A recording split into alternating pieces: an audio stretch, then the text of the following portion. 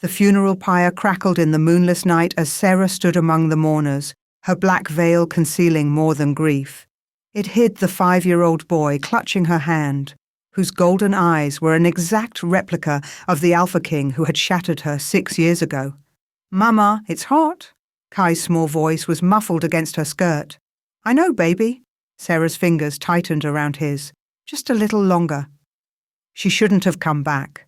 God knows she'd sworn she never would, but Grandmother was the only one who'd known about Kai, the only one who'd sent money and spelled charms to keep them hidden in the human world, the only family she had left. The flames reached higher, consuming the carefully built platform of cedar and sage. Sarah's throat burned, but no tears came. She'd cried herself dry 6 years ago, the night Damon Blackwood had stood before the entire pack and spoken the words that still echoed in her nightmares. "I, Alpha King Damon Blackwood, reject Sarah Thorne as my mate. Her bloodline is weak, her rank insufficient. The Silver Moon Pack deserves better than an Omega healer as their Luna." The mate bond had snapped like a rubber band pulled too tight. She'd felt it tear through her chest, felt her wolf howl and retreat so deep inside her she'd thought she'd never find her again. 3 days later, alone in a human hospital, she'd discovered she was pregnant. "Sarah." The voice made her spine stiffen. Elder Marcus approached through the smoke, his weathered face solemn in the firelight.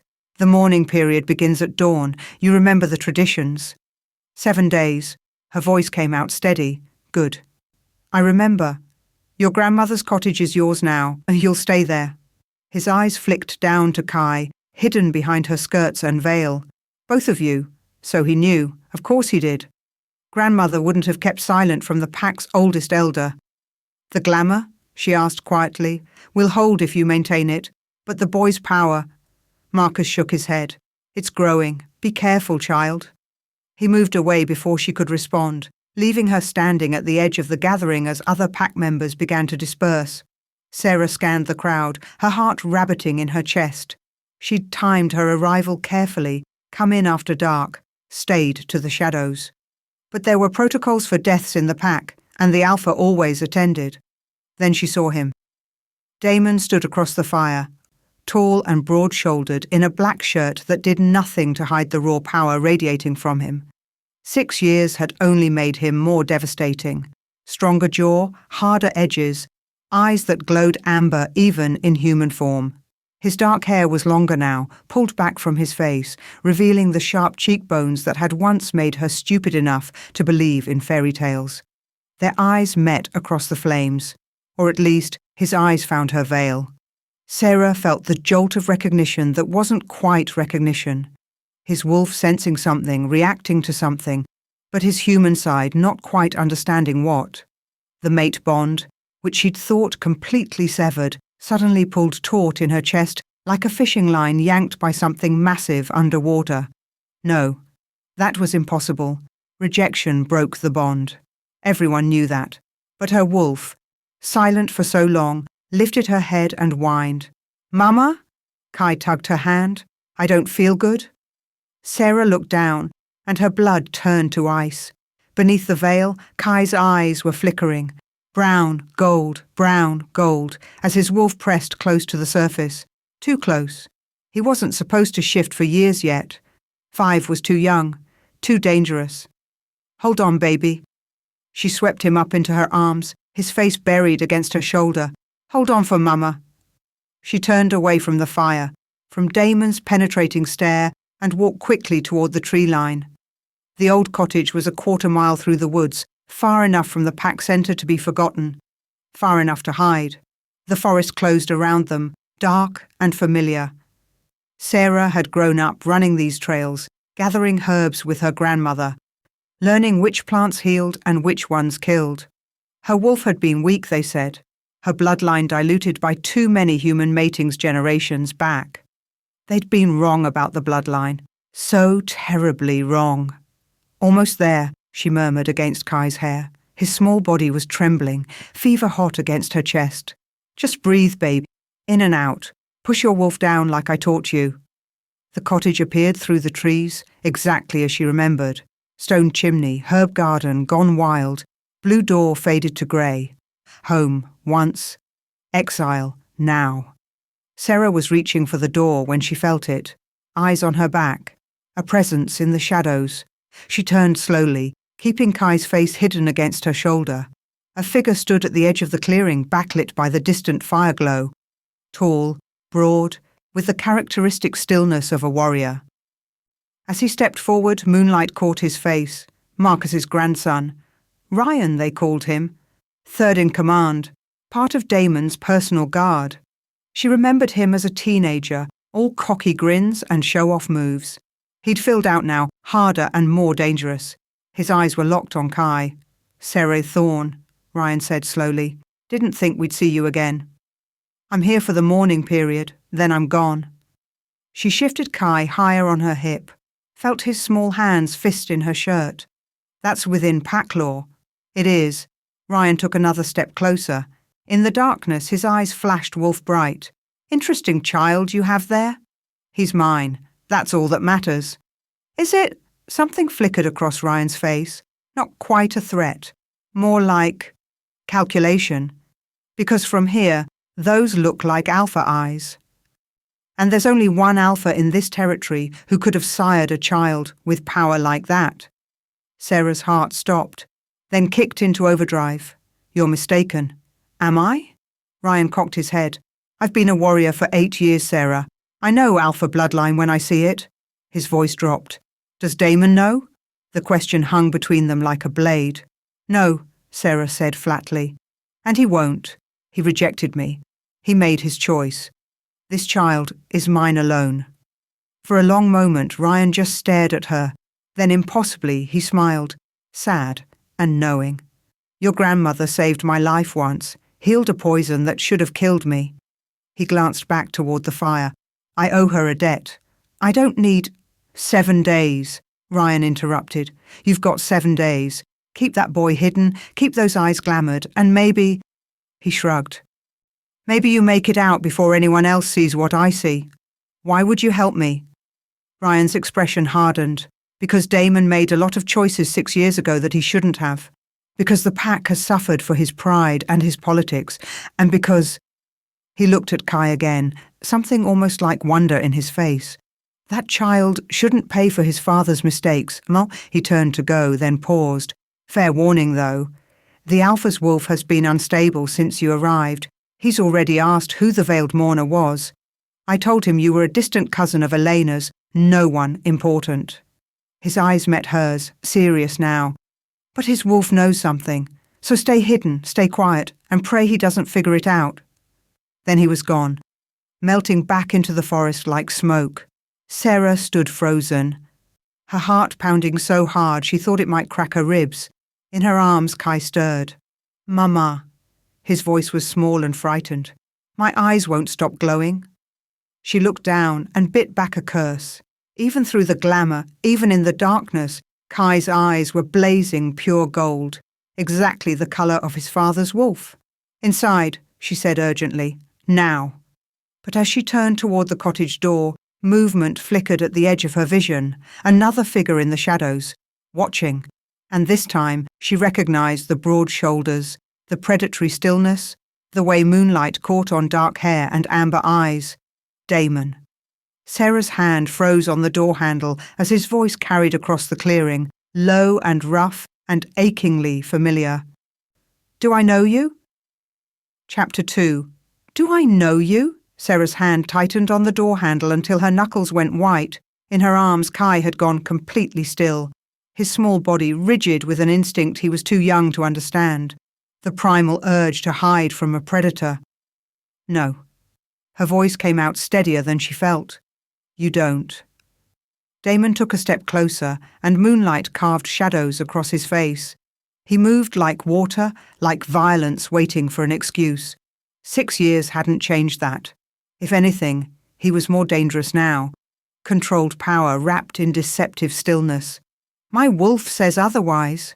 His eyes narrowed, and even from 10 feet away, she could see the amber glow beginning to bleed through. He's been restless since the ceremony, since I saw you across the fire. Grief does strange things. Sarah shifted Kai higher. keeping his face buried against her shoulder. The glamour was holding, but barely. She could feel it flickering like a candle in wind. To all of us, take off the veil.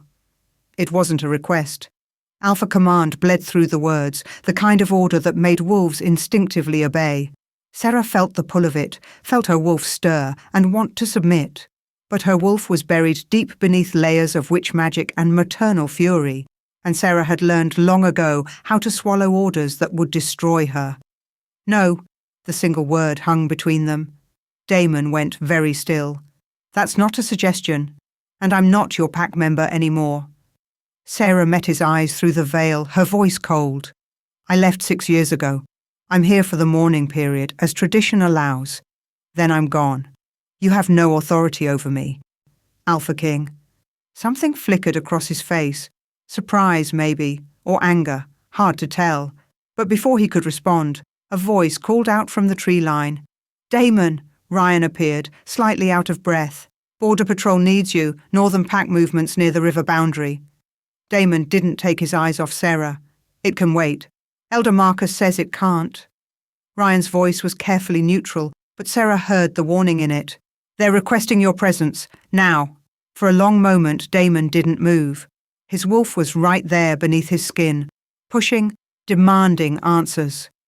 Sarah could feel it even through the broken bond. That terrible pull that shouldn't exist. That magnetic draw between mates that rejection was supposed to sever. Finally, he stepped back. 7 days, he said quietly. You said you're staying 7 days. Yes. Then we'll talk again, without the veil. His eyes flashed pure gold. That's not a request either.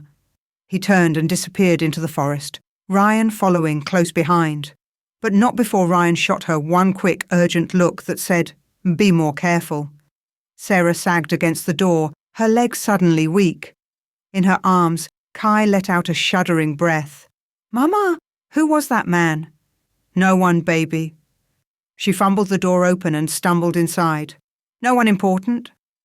The cottage was exactly as she remembered. Herbs hanging from ceiling beams, clay pots stacked by the cold fireplace, her grandmother's rocking chair still positioned by the window where she could watch the forest. It smelled like sage and lavender and grief. Sarah lowered Kai onto the worn sofa and immediately began strengthening the glamours woven into his skin. Her hands moved in patterns her grandmother had taught her, witch magic mixing with wolf instinct in ways that should be impossible. Most wolves couldn't access magic, but Sarah wasn't most wolves anymore. Not after what the rejection had done to her. Not after what grandmother had done to save her life. Eyes, she murmured. Kai obediently closed them. Sarah traced symbols on his eyelids, feeling the power surge and settle. When he opened them again, they were normal brown. Her brown. Not his father's burning gold. There, she sat back, suddenly exhausted. Better. Why do my eyes do that? Kai touched his face, curious rather than afraid. The other kids' eyes don't glow? Because you're special? Special how? Sarah looked at her son, her beautiful, impossible son with his father's eyes and her stubborn chin. He was too young for this conversation. But then she'd been too young for everything that had happened to her 6 years ago, and life hadn't cared about fair timing then either. Come on. She stood and held out her hand. Let's get some sleep. Tomorrow I'll teach you how to keep your wolf quiet, really quiet. Because we're hiding? The question was too perceptive for 5 years old. Sarah's throat tightened. Yes, baby, because we're hiding. Sleep didn't come. Sarah lay in her grandmother's bed. Kai curled warm and trusting beside her and stared at the ceiling beams she'd memorized as a child. I, Alpha King Damon Blackwood. Reject Sarah Thorne as my mate. 6 years, and the word still had the power to flay her open. She closed her eyes and let herself remember. Not because she wanted to. God, she never wanted to. But because the past was a wound that wouldn't heal if you kept pretending it wasn't there. 6 years ago, the bond had snapped into place on a Tuesday. Sarah was in the healing house grinding wolfsbane for a poultice when she felt it. Like lightning through her chest, like recognition on a cellular level, like coming home to a place she'd never been. Her wolf surged forward with a joy so pure it hurt, and Sarah dropped the mortar, her hands shaking. Mate. Her wolf was screaming it. Mate, mate, mate.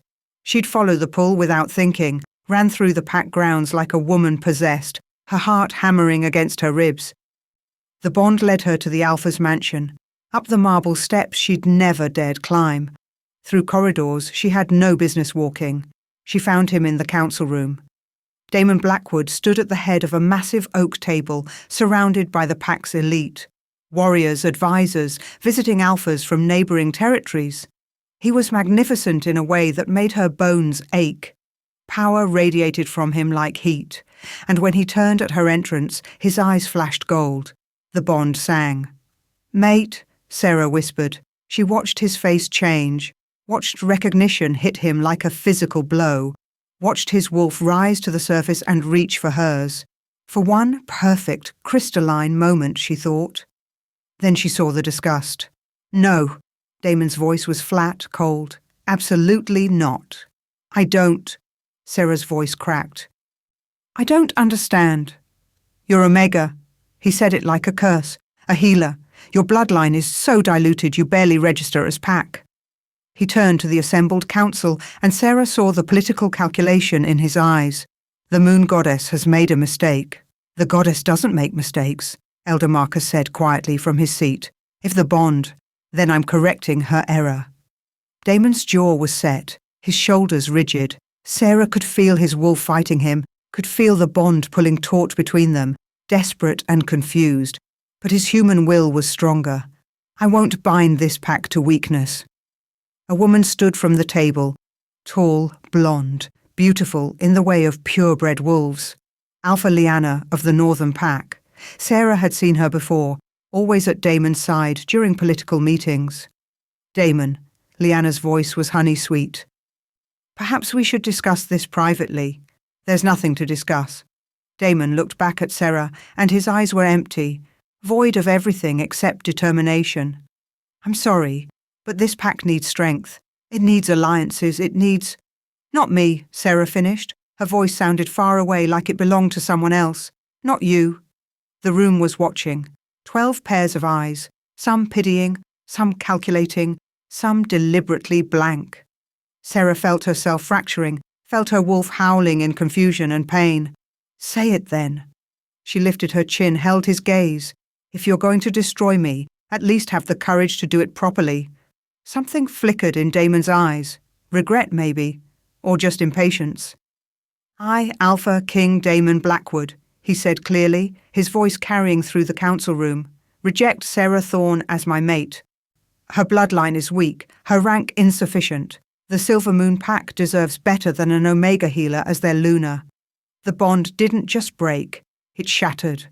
Sarah felt it tear through her chest, felt her heart stutter and her lungs seize. The pain was indescribable, like being ripped in half, like dying while still breathing. Her wolf let out a howl so agonized it should have brought the walls down. She collapsed. The last thing she saw before darkness took her was Liana's hand on Damon's shoulder, possessive and triumphant, and the flicker of something in Damon's eyes that might have been regret. She woke 3 days later in her grandmother's cottage, alive when she should be dead. Foolish girl. Grandmother's weathered hands were gentle as they checked her pulse. Falling for an Alpha King. I didn't... Sarah's voice was raw from screaming. I didn't choose this. The heart never does. Grandmother sat back, her expression troubled. The rejection should have killed you. The bond was too strong, too complete. Your wolf should have given up. Then why? Sarah touched her chest, feeling the hollow ache where the bond used to sing. Why am I alive? Because I'm a witch as well as a wolf. Grandmother's eyes were ancient, sad.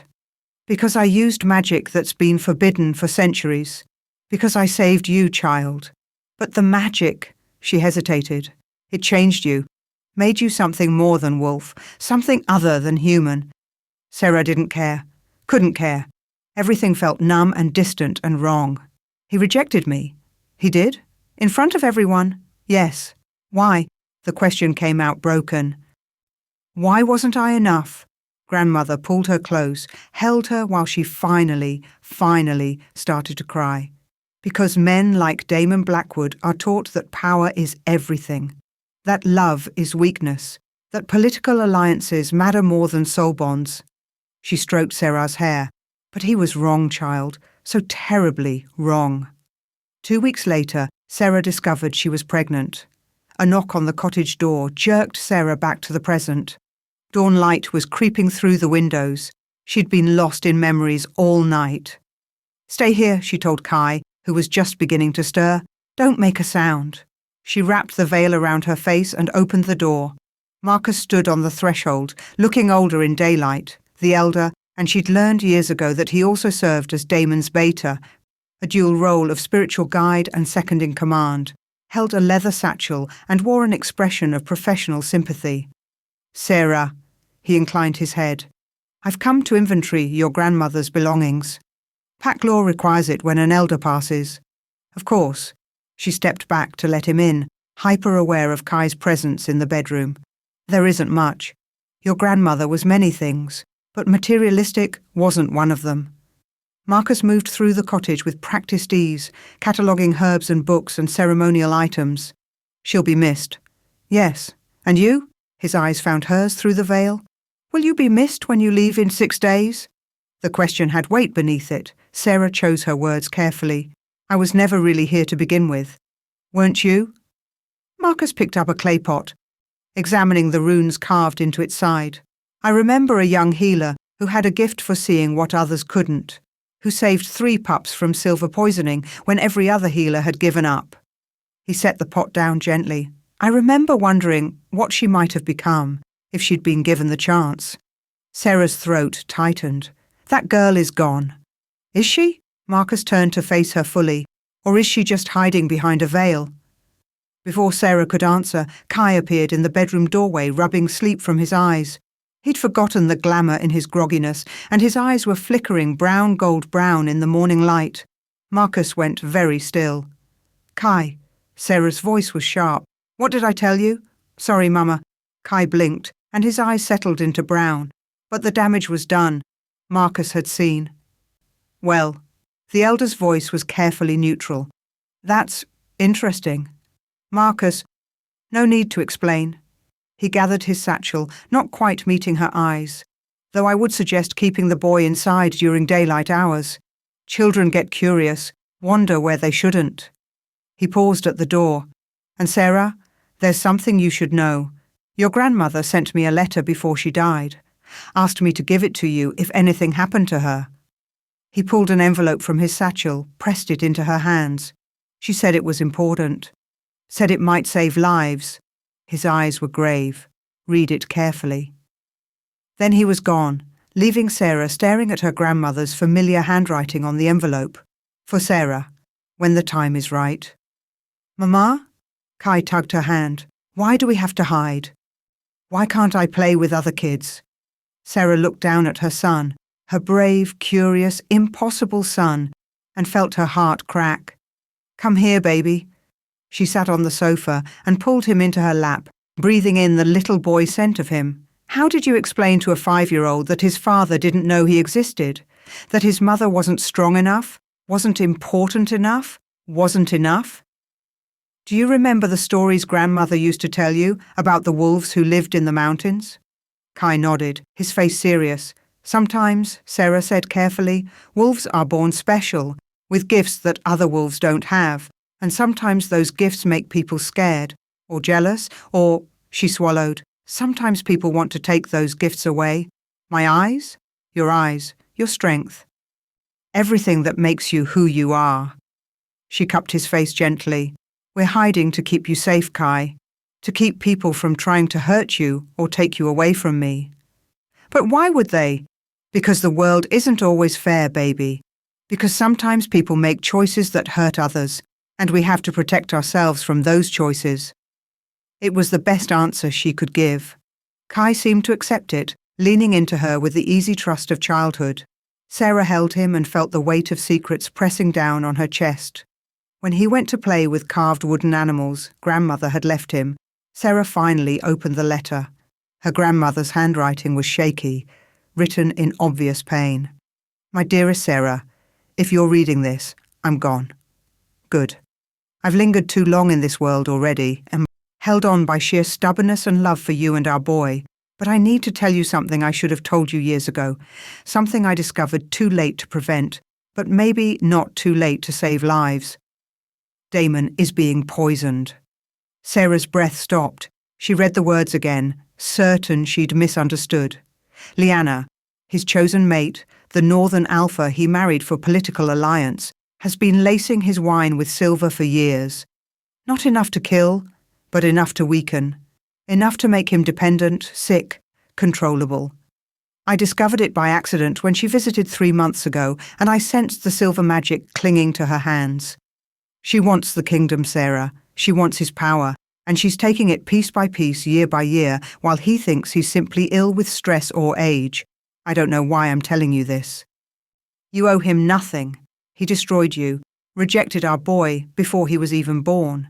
But I've seen the way his kingdom is falling.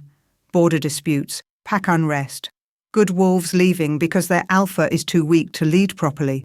It's not just Damon who suffers. It's everyone. You're stronger now than you were. The magic I used to save you, the witch power in your blood, it can detect poisons, neutralize toxins. You could save him if you chose to, but that's your choice, my darling girl. Not mine, not Destiny's. Yours. Whatever you decide, know that I love you. Know that Kai is precious beyond measure. Know that you have been enough, always enough, and Damon Blackwood was a fool.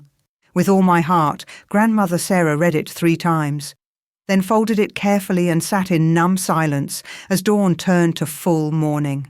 Damon was being poisoned. Dying slowly while his mate smiled and poured his wine. She should feel satisfied, vindicated. He'd rejected her, called her weak, destroyed her in front of his entire court. This was karma, justice, fate finally balancing the scales. But all she felt was sick and angry, and despite everything, despite 6 years of exile and pain and raising Kai alone in a world that wasn't meant for them, despite all of it, she felt that treacherous, impossible mate bond flutter in her chest like a bird with broken wings trying to fly. "Damn it," she whispered to the empty cottage. "Damn him! Damn her! Damn all of this!" Kai was humming in the corner, making his wooden wolves dance. Safe, happy, unaware that his father was dying rooms away. What was she supposed to do with this information? Tell Damon? He'd probably have her thrown out for lying. Tell Marcus? He might believe her, but without proof, accusations against an Alpha Luna were treason. Do nothing? Let nature take its course? Let Damon suffer as he'd made her suffer? Sarah buried her face in her hands, torn between the woman she'd been, the healer who saved everyone, even those who didn't deserve it, and the woman she'd become, harder, colder, shaped by rejection into something that knew how to survive. She was still sitting there, paralyzed by choices, when she heard it. The front door, opening quietly. Sarah's head snapped up. The door was empty. The cottage was silent except for Kai? She ran to the corner where he'd been playing. The wooden wolves were scattered on the floor. The window was open, curtains fluttering in the breeze, and Kai was gone. "No, no, no!" Sarah stumbled to the window, her heart in her throat. In the distance, through the trees, she saw a flash of movement. Small, child-sized, walking toward the center of pack territory, walking toward the Alpha King's mansion. Sarah grabbed her cloak and ran, her grandmother's letter forgotten on the table, her careful plans shattered. Because her son, her precious, impossible half-alpha son, was sleepwalking straight toward his father, drawn by instincts he was too young to understand. And she had no idea how to stop him. Chapter 3. Damon woke for the 3rd time that week, drenched in sweat, his heart racing, the scent of moonflowers so vivid in his nose he could taste them. The dreams were getting worse, always the same. Golden eyes watching him through darkness, a woman's voice saying his name like a prayer and a curse combined. The phantom sensation of hands on his skin that felt like coming home and burning alive at the same time, He'd wake reaching for something he couldn't name, his wolf clawing at his chest in frantic desperation. "Damon?" Leanna's voice cut through the pre-dawn darkness. She was already awake, sitting at the vanity in his chambers, brushing her long blonde hair. "Another nightmare?" "No." He sat up, running his hands through his hair. His head was pounding again, that persistent ache that had plagued him for months now. Years, if he was honest. "Just couldn't sleep." "You need rest." Leanna set down her brush and came to the bed, her silk nightgown whispering against her skin. She was beautiful. Any wolf with eyes could see that. Strong bloodlines, political connections, everything an alpha king needed in a mate. Everything except the one thing his wolf wanted. She reached for him, her hand cool against his chest. "You push yourself too hard. The territory disputes, the council meetings, I'm fine." Damon pulled away, standing and reaching for his shirt. The rejection was instinctive now, automatic. 5 years of marriage, and he still couldn't bring himself to complete the mating bond. Couldn't make himself bite her, claim her, tie himself to her for life. His wolf snarled every time she came close. "Are you?" Leanna's voice had an edge now. "Because from where I'm standing, you're falling apart. You barely sleep. You won't touch me. You can barely make it through a council meeting without needing to rest." She stood, and her beauty was sharp enough to cut. "When are you going to stop being stubborn and complete our bond?" "It would strengthen you, stabilize your power. When I'm ready. It's been 5 years, Damon. How much more ready do you need to be?" He turned to look at her, and something in his expression made her step back. Good. She should be wary. His wolf was too close to the surface these days, too volatile, too ready to rip free and run until he found... What? Found what? "I need air." He grabbed his jacket and headed for the door. "The council meeting is in 2 hours," Leanna called after him. "Don't be late." Damon didn't answer. He was already gone. The forest was still dark, dawn just beginning to grey the eastern sky. Damon ran until his lungs burned, until his muscles screamed, until the ache in his head was drowned by the ache in his body. But it didn't help. Nothing helped any more. He stopped by the old cemetery, breathing hard, and that's when he smelled it. Moonflowers. His head whipped around. The scent was faint, almost gone, but unmistakable. The same scent from his dreams. The scent that had been haunting him for days. Someone had been here recently. Someone who smelled like...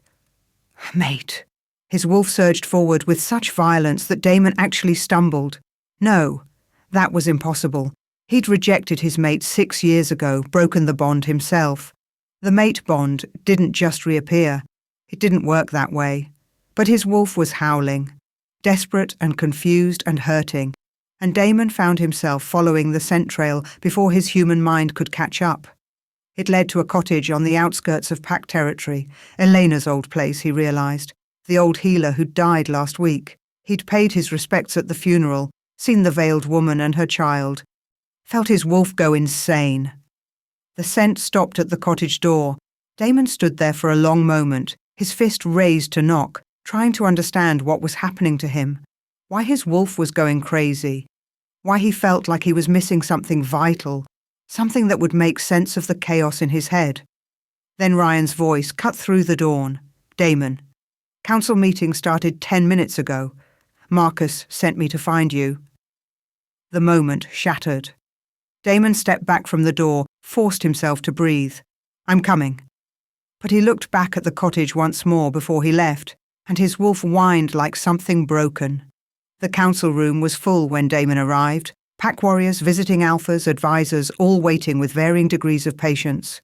Marcus sat at his right hand, and Leanna had taken the seat beside him. Playing Luna even though she wasn't. Not really. Not until he completed the bond. "Apologies," Damon said, taking his seat. "Let's begin." They launched into reports, border disputes with the Eastern Pack, trade agreements with the humans, complaints about rogue wolves in the Southern Territory, standard business.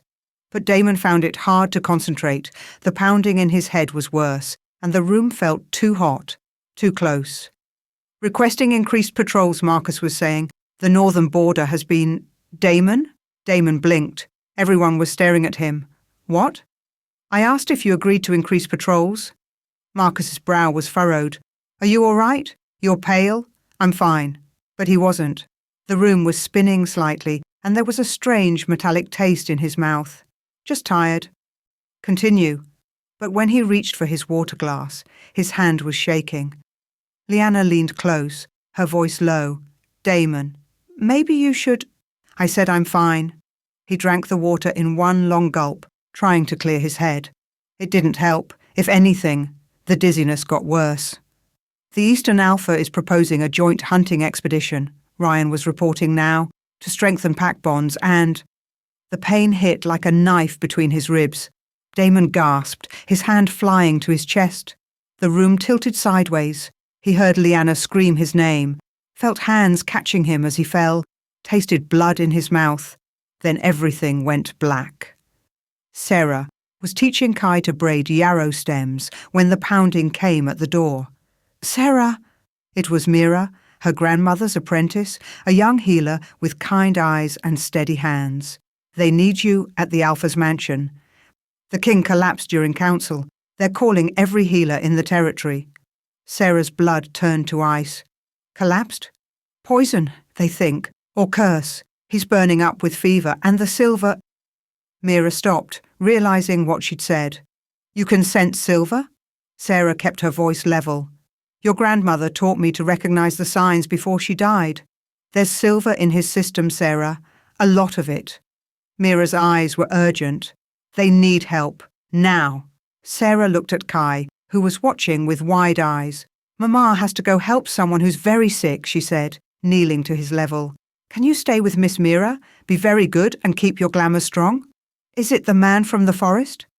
Kai's voice was small. The one who smells like me? Sarah's heart stopped. What? Last night when I was walking? I followed his smell because it was like mine, like pack, like... Kai touched his chest. Like here. Oh God. Kai had been sleepwalking toward Damon because the bond recognized father and son, because blood called to blood, even through broken magic and rejection. Yes, Sarah said quietly. It's him. But Kai, you can't tell anyone that. You can't. I know, Mama. We're hiding. He hugged her tight. Go help him. I'll be good. Sarah kissed his forehead and stood, pulling her veil into place. Her hands were shaking. She was about to walk into the Alpha King's mansion, about to see Damon dying from the poison Leanna had been feeding him, about to have to choose between revenge and healing. It wasn't really a choice. She'd been a healer before she was anything else. She grabbed her grandmother's medicine bag and followed Mira into the pre-dawn darkness. The mansion was chaos. Wolves ran through corridors, servants carried water and linens, and the smell of fear was thick enough to choke on.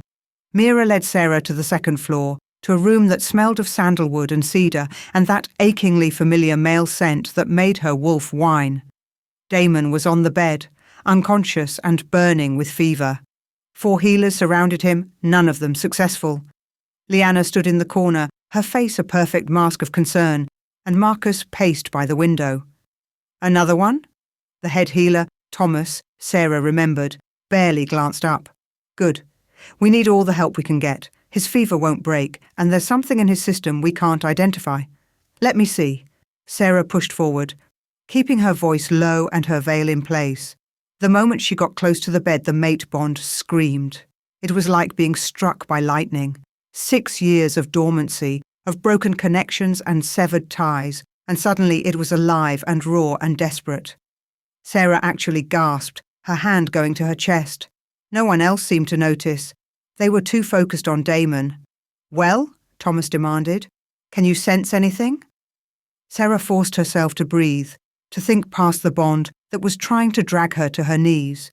She reached out with her magic, the witch power grandmother had gifted her, the healing sense she'd been born with, and immediately found it.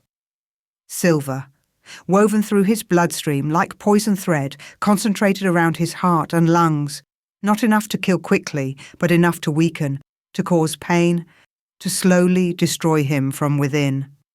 Silver poisoning, she said quietly, administered over a long period, years, probably. The room went silent. That's impossible, Leanna said from the corner. Who would... Does it matter right now? Sarah's voice was sharp. He's dying.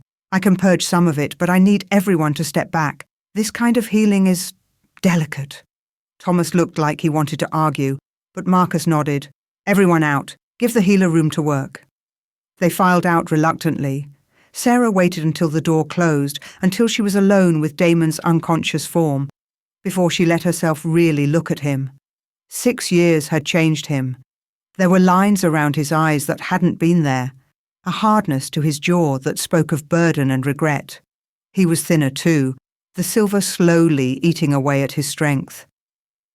But he was still devastatingly beautiful, still the man her wolf had recognized as mate on a cellular level, still the man who'd destroyed her.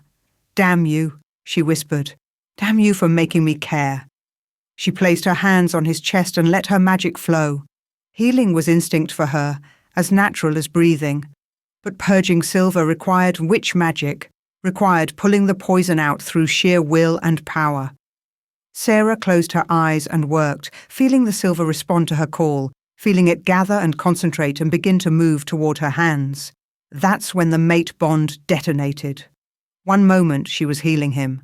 The next, Damon's eyes snapped open, pure gold, wild and feral, and his hand shot out to grab her wrist with supernatural strength. You, he growled, his voice more wolf than man. I know you. The bond was alive between them, singing and desperate and demanding recognition. Sarah tried to pull back, but his grip was iron. You don't...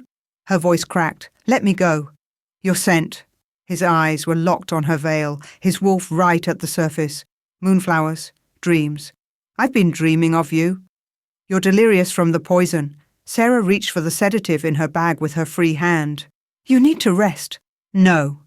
He sat up with shocking speed, his other hand coming up to touch her veiled face. You're real. You're... Sarah jammed the sedative into his shoulder. Damon's eyes widened, then slowly began to close, but his grip on her wrist didn't loosen. Why do I know you? He whispered as the drug took hold. Why does my wolf know you? Then he was unconscious again, his hand falling away. Sarah sat there shaking, her wrist burning where he'd touched her, the mate bond still crackling between them like a live wire. She wanted to run, wanted to finish the healing and get out before he woke again. Wanted to forget she'd ever loved this man who'd rejected her so completely. Instead, she went back to work. It took an hour to purge enough silver to stabilize him. By the time she finished, her hands were trembling with exhaustion and her magic felt stretched thin. But his color was better, his breathing easier. He'd live. For now. She was packing her supplies when she heard voices in the hallway. Can't keep doing this. That was Marcus, his voice low and urgent. Someone sensed the silver. If they keep investigating, then we increase the dosage and finish this. Leanna's voice was cold, clinical. We've come too far to stop now, Marcus. Once he's dead, you'll be Alpha, and I'll rule as your Luna, everything we've planned. And if they discover we've been poisoning him? They won't. We've been careful. And after today's collapse, we can simply say the illness took him. Tragic. Sudden. No one will question it. Sarah's blood ran cold. Marcus, her grandmother's friend, the elder she'd trusted with her secret. He was working with Leanna, had been poisoning Damon all along. What about the veiled healer? Marcus asked. She sensed the silver. What if she talks? Then we'll deal with her. One more tragic death in a pack full of tragedy. Leanna's voice was matter-of-fact. Now go. Make sure no one else examines him too closely. I'll handle the rest. Their footsteps moved away down the corridor. Sarah stood frozen, her mind racing. She had to get out. Had to get to Kai. Had to warn someone. Had to... Sarah? She spun around.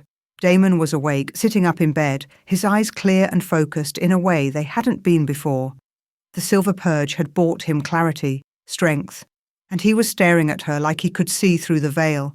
How do you know my name? Sarah's voice came out hoarse. You're still delirious. I heard them. His voice was rough but steady. Leanna and Marcus, they're poisoning me. So he'd been awake longer than she'd realized, long enough to hear the conspiracy, to understand the betrayal. Yes, Sarah said simply. They are. And you purged it. Some of it. There's more in your system. It'll take multiple treatments to clear completely. Why? Damon swung his legs out of bed, standing with only a slight waver. Why would you save me? Why would you? He stopped, his eyes narrowing. That voice. I know that voice. You don't, but Sarah was backing toward the door. You need to rest. Call for other healers, ones you trust. Tell them to test for silver in your food, your wine. Take off the veil. The Alpha command was back, rolling through the words, but it was weaker now, diluted by poison and exhaustion. No, then I'll do it myself. Damon took a step toward her. Sarah turned and ran. She made it 3 steps before he caught her, not by force, but simply because he was faster, even poisoned. His hand caught the edge of her veil, and time seemed to freeze. The fabric was slipping. Sarah felt it slide against her skin, felt the careful draping come undone, felt 6 years of hiding begin to unravel with a few inches of black cloth. Damon's hand tightened on the fabric, pulling it free, and Sarah stood there, unveiled and exposed, as recognition dawned in his golden eyes like sunrise breaking over a world about to shatter. Chapter 4. The veil fell away like a whisper, and Damon went completely still. For a moment, there was only silence. Sarah stood frozen in the doorway, her face finally exposed after 6 years of hiding, and watched as recognition moved through him like a physical force. Sarah? Her name came out strangled, disbelieving. Sarah Thorne? Then everything happened at once. Sarah bolted. She made it halfway down the corridor before he caught her, his hand closing around her arm, spinning her back against the wall with enough force to knock the breath from her lungs. He wasn't rough, wasn't violent, but he wasn't letting go either. Let me go. Her voice was steady, even though her heart was trying to break through her ribs. Let me go right now, Damon. Where? His eyes were wild, gold bleeding through the brown in jagged bursts. Where the hell have you been? Do you have any idea? 6 years, Sarah. 6 goddamn years I thought you were dead. The words hit her like a slap. Dead? She laughed, and it came out bitter and broken. Is that what you told yourself? Is that how you slept at night? I looked for you. His grip tightened, not hurting, but desperate. After you disappeared, I sent trackers, sent scouts across 3 territories. They found nothing. No trace, no trail, nothing. You just vanished. Good. Sarah tried to wrench free, but he was stronger. Even poisoned, even weakened, he was still an alpha. That was the point. Why? The question came out raw. Why did you run? For a moment, Sarah could only stare at him. Then the rage came, 6 years of it, burning up from her gut like acid. You're joking. Her voice was deadly quiet. Tell me you're actually joking right now. I don't. Damon's brow furrowed, and something flickered in his eyes. Confusion. Genuine confusion. Sarah, I don't understand. You rejected me. The words exploded out of her. In front of your entire council, in front of visiting alphas and pack elite, you looked at me like I was garbage and you rejected me. You said I was weak, that my bloodline was worthless, that the pack deserved better than an Omega healer. Her voice cracked. You destroyed me and then you married her, and now you want to know why I left? Damon had gone pale. What are you talking about? Don't. Sarah shook her head, tears burning behind her eyes. Don't you dare pretend you don't remember. Don't you dare. I'm not pretending. His voice was hard now, edged with something that might have been fear. Sarah, I swear to God, I don't know what you're talking about. The last clear memory I have before you disappeared is the council meeting where... He stopped, his eyes going distant. Where we were discussing the Northern Alliance, and then everything is blurred, confused. I woke up 3 days later and you were gone. Sarah felt the ground shift beneath her feet. You don't remember, she said slowly. You don't remember rejecting me. I would never... Damon's hand came up to her face, stopped just before touching. Sarah, I would never reject you. You're my mate. From the moment the bond snapped into place, you were everything. No, but her voice was weaker now, uncertain. No, I was there. You looked at me with disgust and you said, the silver. The realization hit them both at the same time. Damon's face went white. The poisoning. How long did you say they've been doing this? Years. Sarah's throat was tight. Leanna started right after your marriage. The silver affects memory, cognition, decision-making. Her grandmother's words came back to her, not enough to kill, but enough to make him dependent, controllable. Then she made me reject you. Damon's voice was hollow. She poisoned me and made me reject my own mate. You still did it. Sarah pulled free from his grip, needing distance, needing air. Whether you remember or not, whether you were poisoned or not, you stood there and destroyed me. You married her. You spent 6 years with her while I raised our son alone. She didn't say, couldn't say, not yet. Sarah. Damon took a step toward her, and his wolf was right there in his eyes, desperate, pleading. Please let me fix this. Let me. The mansion doors exploded inward. The crash echoed through the corridors like thunder, and Sarah's heart stopped because she knew. She knew what was happening before she even turned around. Kai stood in the doorway, small and terrified and glowing with power that shouldn't be possible. His eyes were pure gold, his hair standing on end from the energy crackling around him, and every wolf in the mansion felt it. That unmistakable, undeniable pulse of alpha bloodline, stronger than anything that should come from a 5-year-old child. Mama! Kai's voice was high and frightened. I felt you scared. I felt you hurting. Kai, no. Sarah started toward him, but Damon's hand shot out to stop her. Not grabbing her this time, just frozen. Staring at the boy in the doorway with an expression that would have been comical if it wasn't destroying both of them. How old is he? Damon's voice was barely a whisper. Sarah didn't answer, couldn't. Kai ran to her, throwing his arms around her waist, and the power radiating from him made the air shimmer. Sarah felt wolves throughout the mansion react. Warriors reaching for weapons, alphas snapping to attention. Every wolf instinct in the building, recognizing the presence of something powerful and young and rare. A true heir. Sarah. Damon's eyes were locked on Kai, on the golden eyes that were exact copies of his own, on the small face that held his jawline and her nose. How old is he? 5. The word came out broken. He's 5 years old. She watched understanding move through him like a tidal wave. Watched him do the math. 6 years since the rejection. 9 months of pregnancy. 5 years raising a child alone. Watched his face cycle through shock and wonder and rage, and something that looked almost like grief. Mine, Damon breathed. Then louder, his wolf bleeding into the word. Mine. No. Sarah pulled Kai behind her. No, you don't get to. Our pup. Damon took a step forward, his hand outstretched like he was approaching something wild and precious. We have a son. I have a son. Sarah's voice was steel. You have nothing. You rejected me, rejected him before he was even born, and I will not. I didn't know. Damon's eyes were bright, almost fevered. Sarah, if I'd known. If I'd had any idea you were carrying my child, what, you would have kept me, made an exception? She laughed, sharp and cutting. I was still weak, Damon, still Omega, still not good enough for your throne. You're my mate. His voice cracked on the word. You're the mother of my heir. You were always more than enough. Mama? Kai's small voice cut through the tension. Who is he? Why does he smell like me? Before Sarah could answer, footsteps thundered down the corridor. Ryan appeared first, followed by Thomas the healer, then a dozen pack warriors, all drawn by the impossible power signature coming from a child who shouldn't exist. And behind them, moving with predatory grace, came Leanna. She took in the scene with one sweep of her cold blue eyes. Sarah unveiled, Damon standing close enough to touch her. The small boy with unmistakable alpha eyes pressed against Sarah's legs.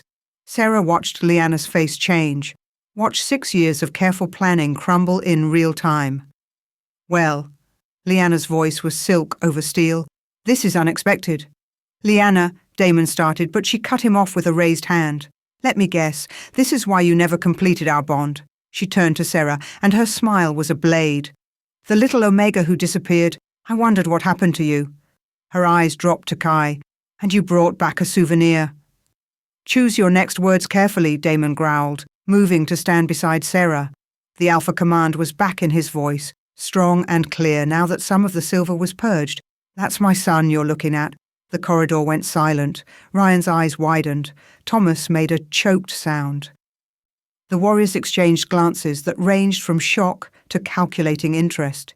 "Your son," Liana repeated slowly. "How interesting." She looked at Sarah, and something vicious flickered across her perfect face. "Tell me, did you inform the Alpha you were pregnant before you fled Pack territory?" Sarah's stomach dropped. "I didn't."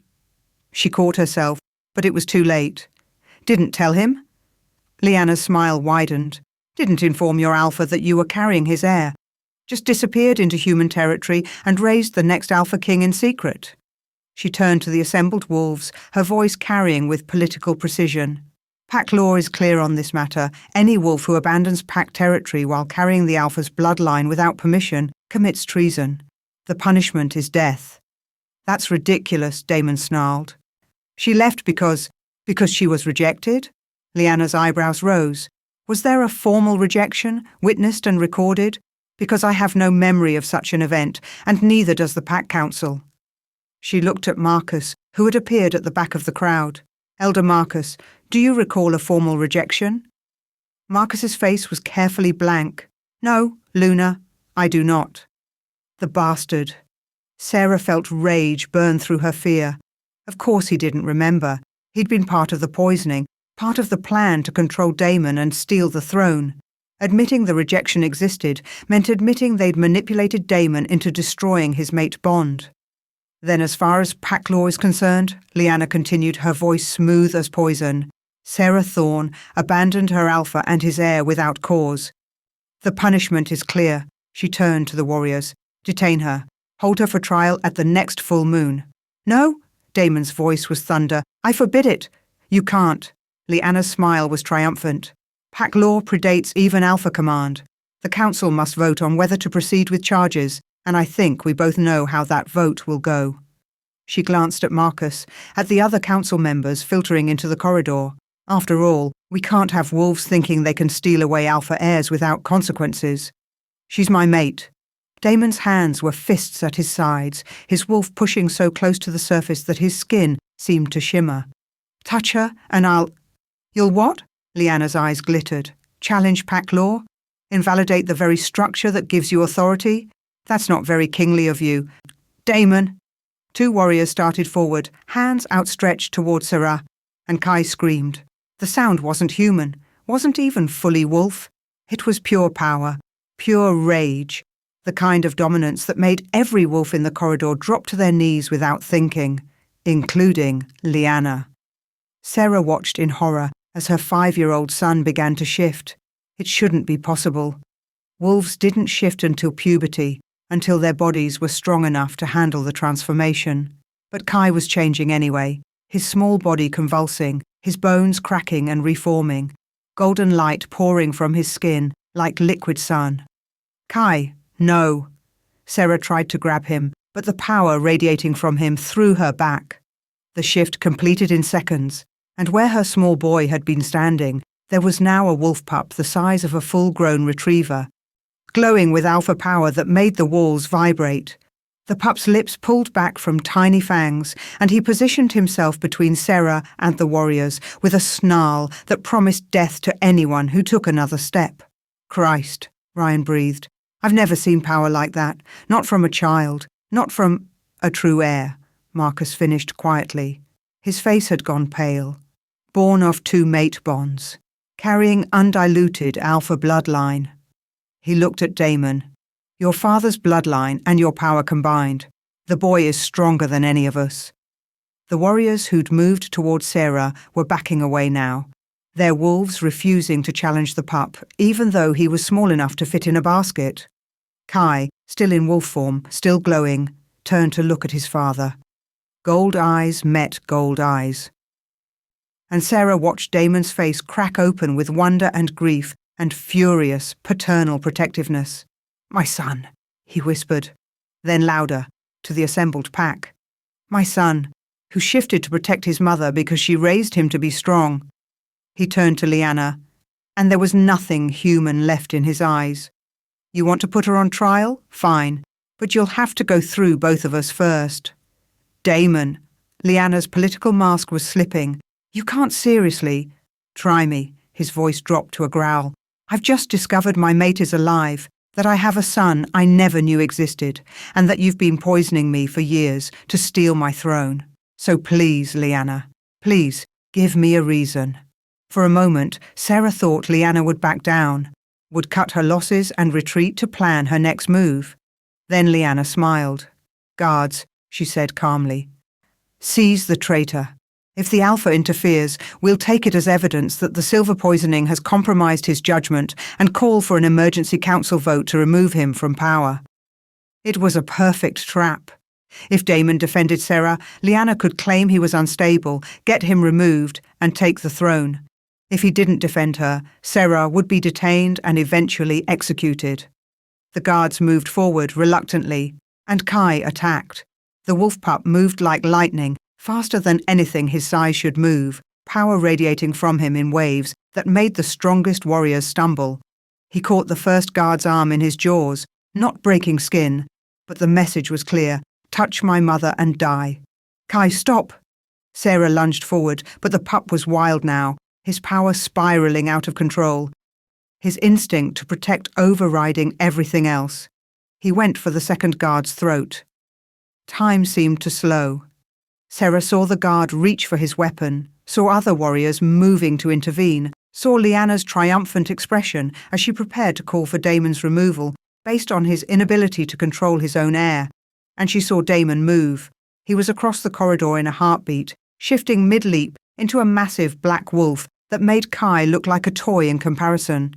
He caught his son mid-attack, pinning the pup to the ground with one enormous paw, not hurting, but completely immobilizing. The corridor went silent. Father and son stared at each other, Alpha King and Alpha Heir, gold eyes locked in a battle of wills that every wolf present felt in their bones. Slowly, Kai stopped struggling. The glow around him dimmed. His small chest was heaving, his baby fangs still bared, but he'd submitted to the stronger wolf, to his father. Damon shifted back to human form, still crouched over his son, his hand gentle on the pup's head. Easy, he murmured. Easy, brave one. Your mother is safe. I've got you both. Kai whined, a lost, frightened sound, and shifted back to human form. A small, naked 5-year-old boy curled on the cold marble floor, shaking with exhaustion and terror and the aftermath of power he was too young to control. Sarah was there in an instant, wrapping him in her cloak, pulling him close. Shh, baby, shh. You're okay? You're safe? But she knew they weren't. None of them were. Because Liana was still standing there with her perfect political smile, and Packlaw was still Packlaw. And Sarah had just watched her son attack pack warriors to defend her. Well, Liana's voice cut through the moment like a knife. I think we can all agree the situation has escalated beyond Alpha authority. The council will convene at dawn. She looked at Sarah with cold satisfaction. Until then, the traitor will be held in the detention cells, for everyone's safety. No? Damon stood, placing himself between Liana and his family. She stays with me. She's charged with treason against the pack. You can't... I'm still Alpha King. His voice was quiet, deadly. And I'm telling you, as your Alpha, that Sarah Thorne and my son stay under my protection until the council convenes. If you have a problem with that, Liana, you're welcome to challenge me for the throne right now. It was a direct challenge. Fight him or back down. For a long moment, Liana held his gaze. Then she smiled, slow and dangerous. No need for violence, yet. She inclined her head. Until dawn, then. But know this, Damon, pack law is absolute. And when the council votes, not even you can save her from the consequences of abandoning your heir. She swept away, Marcus trailing behind her, and the warriors dispersed reluctantly. Ryan lingered, his expression troubled. Damon, he said quietly, she's right, about pack law. If the council votes to proceed with charges, then I'll deal with it. Damon didn't take his eyes off Sarah and Kai. Right now, I need to get them somewhere safe. He held out his hand to Sarah. She stared at it for a long moment. This hand that had once rejected her. that belonged to a man who didn't remember destroying her. That was connected to a title and a throne and a pack full of wolves who wanted her dead, but it was also the hand of her mate, the father of her child, the man who'd just shifted to protect their son, even knowing it might cost him his throne. Sarah took his hand and let him help her stand, Kai heavy in her arms. "This isn't over," she said quietly. "No." Damon's fingers tightened around hers. "But for the next few hours, you're both safe. And I swear to you, Sarah, I swear on my life, on my throne, on everything I am, I will find a way to keep you safe." Kai stirred in her arms, his eyes flickering open, gold again, exhausted but aware. "Papa?" The word was small, uncertain. "Are you my papa?" Sarah felt Damon's hand tremble in hers, watched his face crack open with emotions too big for words. "Yes," he said, his voice breaking. "Yes, a brave one. I'm your papa." And as dawn began to grey the windows, as the pack stirred with gossip and fear and the promise of a trial that could tear everything apart, Sarah stood in the hallway with her mate's hand in hers and her son between them, and wondered if the moon goddess was merciful or cruel for bringing them to this moment, if she was offering them a second chance, or simply a more elaborate way to break them all over again. Chapter 5. The suite Damon led them to was on the third floor of the mansion, as far from the pack's living quarters as possible without actually leaving the building. Sarah recognized it immediately. The guest rooms reserved for visiting alphas, furnished with dark wood and soft rugs and windows that overlooked the forest, and guards. 2 at the door, 2 more visible in the corridor beyond.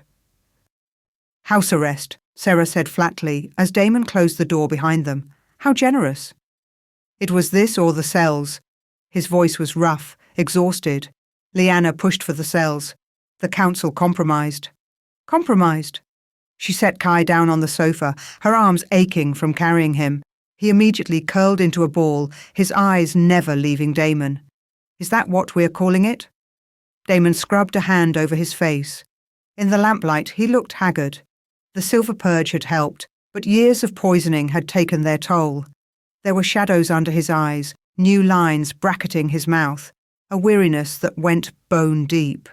"I invoked my right as Alpha King to delay the trial for 3 days," he said. "That's all the time pack law allows before the council can overrule me. 3 days to figure out how to prove Leanna's been poisoning me, that Marcus is complicit, that you—" He stopped, his eyes finding hers. "That you had every right to run. I don't need you to justify my choices." Sarah moved to the window, putting distance between them. The mate bond was alive now, singing between them like a plucked string, and it made her skin ache. "I did what I had to do to survive, to keep Kai safe. From me." The words came out hollow. "You kept my son safe from me." "Yes." She heard him move closer, felt the heat of him at her back. The bond pulled taut, demanding she turn around, demanding she close the distance, demanding things she couldn't afford to want. "Sarah." His voice was quiet, wrecked. "Why didn't you tell me you were pregnant? You mean before or after you told me you never wanted to see my face again?" The silence that followed was deafening. "I said that?" Damon's voice had gone very soft. "Those exact words?" "Among others." Sarah kept her eyes on the forest, on the moon rising over the trees. "You rejected me in front of the council. Then later, when I was leaving, you found me at the gates. I thought—" Her throat tightened. "For one stupid moment, I thought you'd come to take it back. But you just looked at me with these cold eyes and said, 'I never want to see your face again. If you have any dignity left, you'll disappear and let me forget you existed.'" She heard his sharp intake of breath. "Then I collapsed," Sarah continued, her voice steady even though her hands were shaking. "Right there at the gates, the bond breaking, the rejection fully taking hold. I was dying, Damon. Your grandmother found me, carried me to her cottage, and used magic that should have killed her to save my life." She finally turned to face him. 3 weeks later, I found out I was pregnant with your child. So, no, I didn't tell you. You'd made it very clear you wanted nothing to do with me." Damon had gone white. "I don't remember any of that." "How convenient. I'm not lying." His hands were fists at his sides, his jaw tight. The last thing I clearly remember before you disappeared is the council meeting where we discussed the Northern Alliance. Everything after that is fragments, blurred images, feelings without context. His eyes met hers, and there was something desperate in them. I remember waking up and you were gone. I remember the panic, the searching. I remember Marcus telling me you'd left Pack territory, that you'd decided Pack life wasn't for you. But the rejection? He shook his head. I have no memory of rejecting you. Then you're saying I'm lying. No, the word came out sharp. I'm saying I was drugged, poisoned, manipulated into destroying the most important thing in my life. He moved closer, and Sarah saw his wolf in his eyes, anguished, furious. You think I wanted this? You think I wanted to spend 6 years married to a woman I can't stand to touch, leading a pack that's falling apart, wondering why I felt like something vital was missing from my chest? Stop. Sarah held up a hand. Just stop. I can't. Her voice cracked. I can't do this right now. A small sound from the sofa made them both turn. Kai was sitting up, his eyes huge in his pale face, watching them with an expression far too old for 5 years. Mama. His voice was tiny, scared. Are you okay? Sarah was across the room in a heartbeat, gathering him close. I'm fine, baby. Just talking. You're crying. She was. She hadn't realized. Sarah wiped at her cheeks impatiently, trying to smile. Adult stuff. Nothing for you to worry about. But Kai was looking past her now at Damon, and his small face was set in hard lines. You made her cry? He said, his voice surprisingly firm for someone so young. You're the bad man who hurt her. Kai. Sarah tried to intervene, but Damon held up a hand. He's right. Damon crouched down, putting himself at eye level with his son. I did hurt your mother. I said terrible things. Things I don't remember saying, but that doesn't make them less real. And his voice caught. I'm sorrier than you can possibly understand. Kai stared at him for a long moment. Then, very deliberately, he turned his face into Sarah's shoulder. Go away. The rejection was a small thing, a child's words, but Sarah watched it hit Damon like a physical blow. Kai, Damon said quietly, I know you don't know me, but I'm your father. You're not my father. Kai's voice was muffled against Sarah's shirt. I don't have a father, just Mama. You do have a father. Damon's voice was steady, but Sarah could see the tremor in his hands. And I know I haven't been there, know I missed so much, but I want to fix that. I want to know you to... No. Kai turned his head just enough to glare at Damon. You're the reason Mama cries at night, when she thinks I'm sleeping. You're the reason we had to hide, the reason we can't have friends, the reason everything is wrong. His small jaw set. I don't want you. The silence that followed was devastating. Sarah wanted to intervene, wanted to soften the blow, but the words stuck in her throat. Because Kai was right. This was Damon's fault. His choice, his rejection, his words that had sent them into exile. Even if he didn't remember, even if he'd been manipulated, the damage was still done. Okay. Damon stood slowly, his face carefully blank. Okay. I understand. He looked at Sarah. There are clean clothes in the wardrobe. Food will be brought up. If you need anything... We won't. Sarah's voice was flat. 3 days, you said. Then what? Then I convince the council you're not a traitor. His jaw tightened. Or I challenge pack law itself. One way or another, you're not going to die for keeping my son safe. He left before she could respond, the door closing with a soft click. Kai immediately relaxed against her, some of the tension draining from his small body. Did I do good, Mama? Did I protect you? Oh, baby. Sarah kissed the top of his head. You always protect me. You're my brave boy. But as she held him, as the night deepened around them and guards shifted position outside the door, Sarah felt the mate bond pulling at her chest. Felt Damon on the other side of the mansion. Felt his anguish and determination and the hollow ache of a father rejected by his son. And hated herself a little bit for caring. She woke at dawn to voices in the corridor. Sarah was up immediately, positioning herself between the door and where Kai still slept on the sofa. But when the door opened, it was only a servant with a breakfast tray, and Ryan standing behind her. Morning. Ryan's voice was quiet, his eyes dark with concern. "Mind if I come in?" Sarah nodded, and he slipped inside as the servant left. "How is he?" Ryan asked, looking at where Kai slept. "The shifting yesterday. He's fine. Exhausted, but fine." Sarah crossed her arms. "What do you want, Ryan?" "To tell you that Damon was up all night." Ryan moved to the window, careful not to wake Kai. "He's been going through records, calling in wolves who were at that council meeting 6 years ago, trying to piece together what happened. And he found something." Ryan pulled a folded paper from his jacket. "This is a receipt from a travelling merchant who came through Pact territory 6 years ago, a witch specialising in compulsion potions and memory charms." Sarah took the paper, her heart starting to pound. "The purchase was made by Marcus," Ryan continued, 2 days before your rejection. The items: a compulsion draft strong enough to override alpha will, and a memory suppressant designed to erase specific events. That doesn't prove anything. But Sarah's hands were shaking. Marcus could have bought them for a dozen reasons. Except that same merchant, she's been coming through territory twice a year for the past 6 years, always meets with Leanna, always sells her refined silver dust that can be mixed into wine without changing the taste. Sarah closed her eyes. Evidence. Actual, tangible evidence of the poisoning, the manipulation. Everything her grandmother had warned about in her letter. "Why are you telling me this?" "Because Damon can't." Ryan's voice was grim. "The council is watching him too closely. Any move he makes to defend you looks like instability, like the silver poisoning affected his judgment." "But you?" He met her eyes. "You're just a prisoner under house arrest. No one's watching what information you receive." "You want me to what? Present evidence at my own trial?" "I want you to survive." Ryan moved toward the door, then paused. "For what it's worth.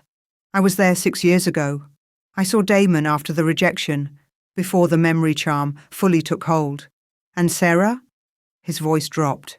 "He was screaming your name, tearing the room apart, looking for you. That's not a man who wanted his mate gone. That's a man who had something stolen from him." He left before she could process that. Sarah stood there, the receipt in her hands, and felt her carefully constructed walls start to crack. What if Damon was telling the truth? What if he really had been drugged, manipulated, made to destroy the one thing his wolf wanted most? What if 6 years of hatred and hurt and survival had been built on a lie? "Mama?" Kai was awake, rubbing his eyes, looking small and vulnerable in the morning light. "Morning, baby." Sarah forced herself to smile. "Hungry?" They ate breakfast in silence, Kai picking at his food, his eyes darting to the door every few minutes. "Is he coming back?" Kai finally asked. "The man from last night?" "Probably." "Good." Kai's small jaw set. "I have more things to say to him." Sarah didn't doubt it. Damon came at midday carrying books and papers and an expression that said he hadn't slept. Kai immediately moved to stand in front of Sarah, his small body tense, ready to shift again if needed. "I'm not here to fight," Damon said quietly, stopping just inside the door. "I brought something I thought you should see." He set the papers on the table, and Sarah saw they were old, yellowed pages with careful handwriting, dates from 6 years ago. "These are the official council minutes from the meeting where you and I discovered we were mates," Damon said. "Marcus kept them, as required by pack law. But look at this." He pointed to a paragraph near the end. Sarah read it, her blood going cold. "Alpha Diamond Blackwood acknowledged mate bond with healer Sarah Thorne. Council expressed concern regarding bloodline strength. Alpha declared intention to petition Moon Goddess for bond severance to fulfill political obligations to Northern Pack Alliance. Meeting adjourned for private Alpha meditation and council." "I never said that," Damon said flatly. "I never declared intention to sever the bond. I remember—" He stopped, his face tight. "The fragments I do have, they're of joy. Of finally understanding what was missing. I would never have petitioned to break something that felt like coming home." "Then why does it say you did?" "Because Marcus wrote these minutes alone, after everyone left." Damon pulled out another paper. "This is Thomas the Healer's personal journal from that same day. Look." Sarah read, "Witnessed the most extraordinary thing today. The Alpha King found his mate, young Sarah, the Omega Healer. Never seen a bond snap into place so completely. He was transformed. absolutely radiant. Told Elder Marcus he intended to begin courting rituals immediately. Political alliance be damned. Marcus looked disturbed. Tried to counsel patience, but the alpha wouldn't hear it. "She's mine," he said. "Everything else can wait." The words blurred. Sarah blinked hard, refusing to cry. "Thomas wrote that 2 hours after the council meeting," Damon said quietly, "before everything went wrong, before I was drugged and the rejection happened. This is proof, Sarah. Proof that what happened wasn't what I wanted. It's also hearsay." Sarah's voice came out hoarse. "A journal entry versus official minutes. The council will believe Marcus. Then I'll find more proof." Damon moved closer, and Kai growled, an actual growl from a 5-year-old boy. Damon stopped immediately. "I'll tear apart every record, question every wolf who was there, do whatever it takes to prove the truth." "Why?" Sarah finally looked at him. "Why does it matter now? The damage is done. I've survived without you. Kai survived. We don't need—" "I need," the words came out raw. "I need you to know that I didn't choose this, that I didn't want to destroy you, that every instinct I have, everything my wolf screams for, it's all pointing at you and our son and the family I should have had." His voice broke. "I need you to know that I loved you, that I still—" "Don't." Sarah held up a hand. "Don't say it. Not now. Not like this." "Mama," Kai tugged her hand. "Can I tell him now?" "Tell me what?" Damon looked at his son, something vulnerable in his eyes. Kai took a breath, his small face serious beyond his years. "You're the reason Mama cries at night," he said clearly. "When she thinks I'm sleeping, she cries. And sometimes she looks at me and gets sad, and I know it's because I look like you." His voice didn't waver. "She tells me stories about the moon goddess and mates and love, but then she stops and goes quiet. And I know it's because her mate, her person, he destroyed her." "Kai," Sarah started, but he wasn't done. "So I don't care if you were drugged. I don't care if someone made you do it. You still did it. You still hurt her so bad she can't breathe sometimes." Kai's eyes, Damon's eyes, were fierce. "And until you can promise you'll never hurt her again, until you can prove you deserve her, I don't want you near us." The silence that followed was absolute. Damon stared at his son, and Sarah watched him realize that Kai wasn't just rejecting him as a father. He was protecting his mother, acting as alpha, as guardian, as the man of the family he'd been forced to become at 5 years old. "You're right," Damon said finally, his voice thick. "You're absolutely right, and I—" The door burst open. Marcus stood there wild-eyed, moving with predatory speed that shouldn't have been possible for his age. In his hand was a silver dagger, the kind used for ceremonial executions. He was across the room before Sarah could scream. Aimed at Kai, time fractured. Sarah saw the blade descending, saw her son's wide eyes, felt her magic surging too slow, too late. Then Damon was there. He moved like lightning, like pure instinct, throwing himself between Marcus and Kai. The silver blade that should have killed an alpha heir instead buried itself in an alpha king's chest. Damon gasped, his eyes going wide. Silver burned through his system, the poison he'd just started to purge, rushing back, amplified by the direct wound. "No!" Sarah lunged forward as Damon collapsed, catching him before he hit the floor. Marcus stood frozen, staring at the blade in his hand, at Damon bleeding out on the marble. He wasn't supposed to— Marcus's voice was distant, shocked. He wasn't supposed to move that fast. Then Ryan was there, tackling Marcus to the ground. Guards poured in. Chaos erupted. But Sarah only had eyes for Damon. "Stay with me." Her hands were already glowing, her magic pouring into him, trying to counteract the silver burning through his bloodstream. "Damn you, stay with me." His eyes found hers, struggling to focus. "Kai?" The word came out bloody. "Is he—" "He's fine. You saved him." Sarah's voice cracked. "You stupid, brave idiot. You saved him." The mate bond was exploding between them now, fully reignited by the near-death, by the sacrifice, by 6 years of denial crashing down at once. Sarah felt it in her bones, in her blood, in every cell that screamed mate, mate, mate. Damon's hand came up, shaking, to cup her face. I'm sorry, he whispered, his voice fading. For everything. For not being strong enough to fight the compulsion. For not finding you sooner. For missing 5 years of our son's life. His eyes were dimming, the gold fading. Please, Sarah, please let me fix this. Let me... Shut up. Tears were streaming down her face as she poured more magic into him, feeling the silver resist, feeling his life slipping away. Shut up and let me work. Mama? Kai was there, his small hands on Damon's arm. Is Papa dying?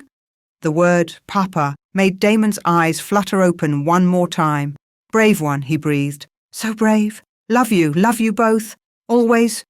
His eyes closed. The mate bond screamed, and Sarah threw everything she had into keeping her mate alive. Chapter 6. Sarah kept Damon alive through sheer force of will. For 3 hours she poured magic into him, pulling silver from his blood drop by agonizing drop, while healers rushed around them and guards hauled Marcus away in chains. Her hands never left his chest, never stopped glowing, even when her own strength began to fail. Sarah, Ryan's voice was gentle. You need to rest. Let the other healers... No, her voice was hoarse. The silver responds to me, to my magic, anyone else, and it'll embed deeper. It was true. Her grandmother's witch blood recognized poison in a way wolf healing couldn't. But it was also true that she was terrified if she stopped touching him, stopped feeling his heartbeat under her palms, he'd slip away.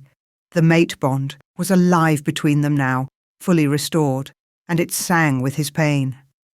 Every laboured breath, every flutter of his weakening pulse, she felt it all. Mama, Kai pressed against her side, his small face pale. Is Papa going to die? Papa. He'd called Damon Papa, and the word had brought Damon back from the edge once before. Maybe it would work again. No, baby. Sarah forced confidence into her voice. Papa's strong. He's going to be fine. But privately, she wasn't sure. Marcus's blade had been pure silver, meant for an alpha heir's heart. In Damon's chest, weakened by years of poison, it was destroying him from the inside out. The door slammed open. Liana swept in, her face a perfect mask of concern that didn't reach her eyes. Behind her came 3 council members and a contingent of Northern Pack wolves, her allies, her support. Is he alive? Liana's voice was honey over steel. Barely. Thomas the healer didn't look up from where he was preparing poultices. Another few minutes, and the silver would have reached his heart. How tragic? Liana moved closer, and Sarah's wolf snarled a warning. An assassination attempt on the Alpha King's life, and his own beta the culprit. One wonders what Marcus hoped to gain. You know exactly what he hoped to gain. Sarah didn't take her hands off Damon, since you're the one who ordered it. The room went silent. Careful, Omega. Liana's voice dropped. Dangerous. That sounds like an accusation, one you can't possibly prove. Can't I? Sarah met her eyes. Marcus bought compulsion drafts from a travelling witch 6 years ago. That same witch has been selling you refined silver dust twice yearly. Ryan has the receipts, and before the guards took Marcus away, he was screaming about how you promised him he'd be alpha, how the plan was supposed to work. It was a gamble. Sarah didn't know if Marcus had actually said that.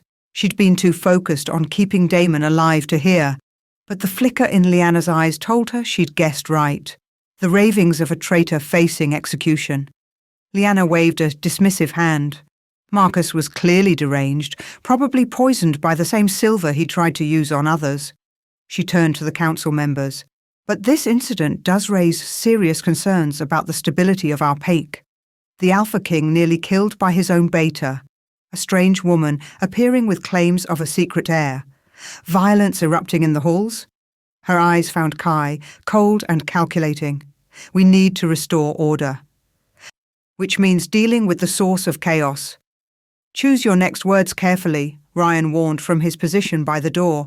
I'm simply stating facts. Liana's smile was sharp. This woman appears after 6 years with a child she claims is the Alpha King's son. But where's the proof? Where are the witnesses to her pregnancy? To the birth?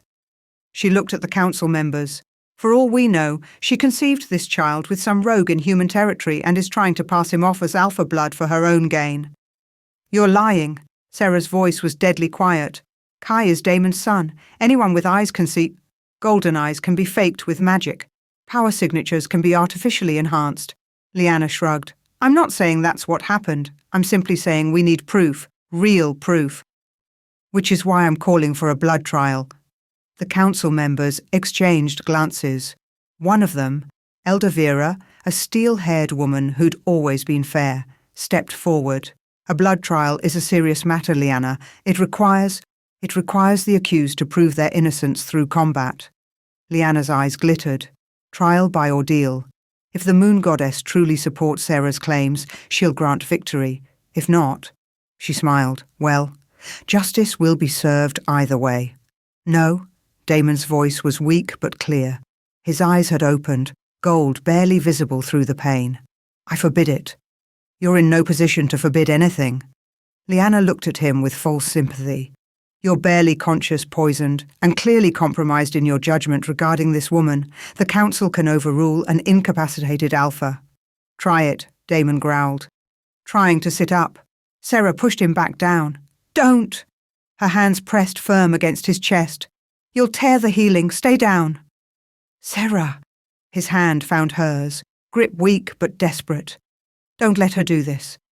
But Sarah was looking at Liana, at the council members, at the Northern Pack wolves who'd positioned themselves strategically around the room. This had been planned. Liana had been waiting for the perfect moment to strike, and Marcus's failed assassination had given her the excuse. If Sarah refused the trial, she'd look guilty. The council would vote to execute her anyway, and Kai would be branded as illegitimate, stripped of his birthright. If she accepted, she had a chance. Slim, maybe impossible, but a chance. I accept the blood trial. The words came out steady, sure. Sarah, no. Damon tried to sit up again, and this time Sarah let him. Let him see the determination in her eyes. I accept, she repeated louder. I'll prove my son's legitimacy and my innocence through combat. Liana's smile widened. How brave. Though I should mention, as the accuser, I have the right to choose trial by champion. Sarah's stomach dropped. Of course, trial by champion meant Liana could choose someone to fight in her place. Someone bigger, stronger, trained for combat. My champion will be my brother. Liana gestured, and a man stepped forward from the Northern Pack contingent. He was massive, easily 6.5 feet, built like a mountain, with scars crossing his face and arms that spoke of 100 battles. His eyes were flat, emotionless, the eyes of someone who'd killed so many times it no longer registered. This is Rorik, Beta of the Northern Pack. Liana's voice was triumphant. He's fought in 37 trials by combat, he's never lost, and he's agreed to be my champion. The room had gone silent. Even the healers had stopped working, staring at the massive Beta with barely concealed horror. Sarah looked at him and felt her wolf's fear, primal, instinctive. This wasn't a fight she could win. This was execution dressed up as justice. Sarah? Damon's voice was raw, desperate. His hand caught her wrist. Please, don't do this. I'll fight him myself. You can barely stand. Sarah cupped his face gently, and we both know it. Then we'll delay. Buy time until I'm healed. There is no time. Sarah looked at Kai, who was watching with huge, frightened eyes. If I refuse, the council votes. And we both know how that vote will go with Liana pulling strings. She turned back to Damon. This is the only way. You'll die, his voice cracked. Sarah, you haven't fought in years. You're a healer, not a warrior. Then I'll die protecting our son's future. She leaned down and kissed his forehead, feeling the mate bond pulse between them. But at least I'll die fighting, not running, not hiding. She pulled back, her voice stronger. I'm done being the weak Omega. Everyone thinks I am. She stood, facing Liana and her massive champion. When? Sarah asked. Tonight? Liana's smile was victorious. At moonrise, the arena, the entire pack will witness. Good. Sarah forced herself to stand tall, to project confidence she didn't feel. Let them watch. They gave her 2 hours to prepare. Sarah spent the first hour with Kai, holding him while he cried, trying to explain why Mama had to go fight a man who might kill her. But you said we were safe, Kai sobbed against her chest. You said Papa would protect us. Sometimes we have to protect ourselves, baby. Sarah stroked his hair, memorizing the feel of him. Sometimes being brave means fighting, even when you're scared. I don't want you to fight. I want you to stay. I know, Sarah's voice cracked, but this is for you, so you can be who you're meant to be, so no one can ever say you don't belong. Mira came to take Kai to a safe room where he wouldn't have to watch. He clung to Sarah, making her promise to come back, making her swear she wouldn't leave him. Sarah made promises she wasn't sure she could keep. The second hour she spent with Damon. He was sitting up now, colour returning to his face as her healing took hold, but he was still too weak to fight, and the rage and helplessness in his eyes was terrible to see. There has to be another way. His hands were fists on the bedsheets. Challenge Packlaw, call in allied alphas, something. There isn't. Sarah sat beside him, close enough to feel his heat. We both know it. Leanna's been planning this for years. She's got her allies in place, her contingencies prepared, and this was always going to come down to blood and combat. Then let me fight. Damon grabbed her hands. I'll heal faster if you help me. By moonrise I could. You'd last 30 seconds before the silver poisoning overwhelmed you. Sarah's voice was gentle but firm. And then we'd both be dead, and Kai would be alone. Is that what you want? I want? His voice broke. I want to protect my family. I want to be the alpha, the mate, the father I should have been. Instead, I'm sitting here useless while you walk into an execution. Not an execution. Sarah lifted his hand to her cheek. A fight, and I'm stronger than you think. You're a healer.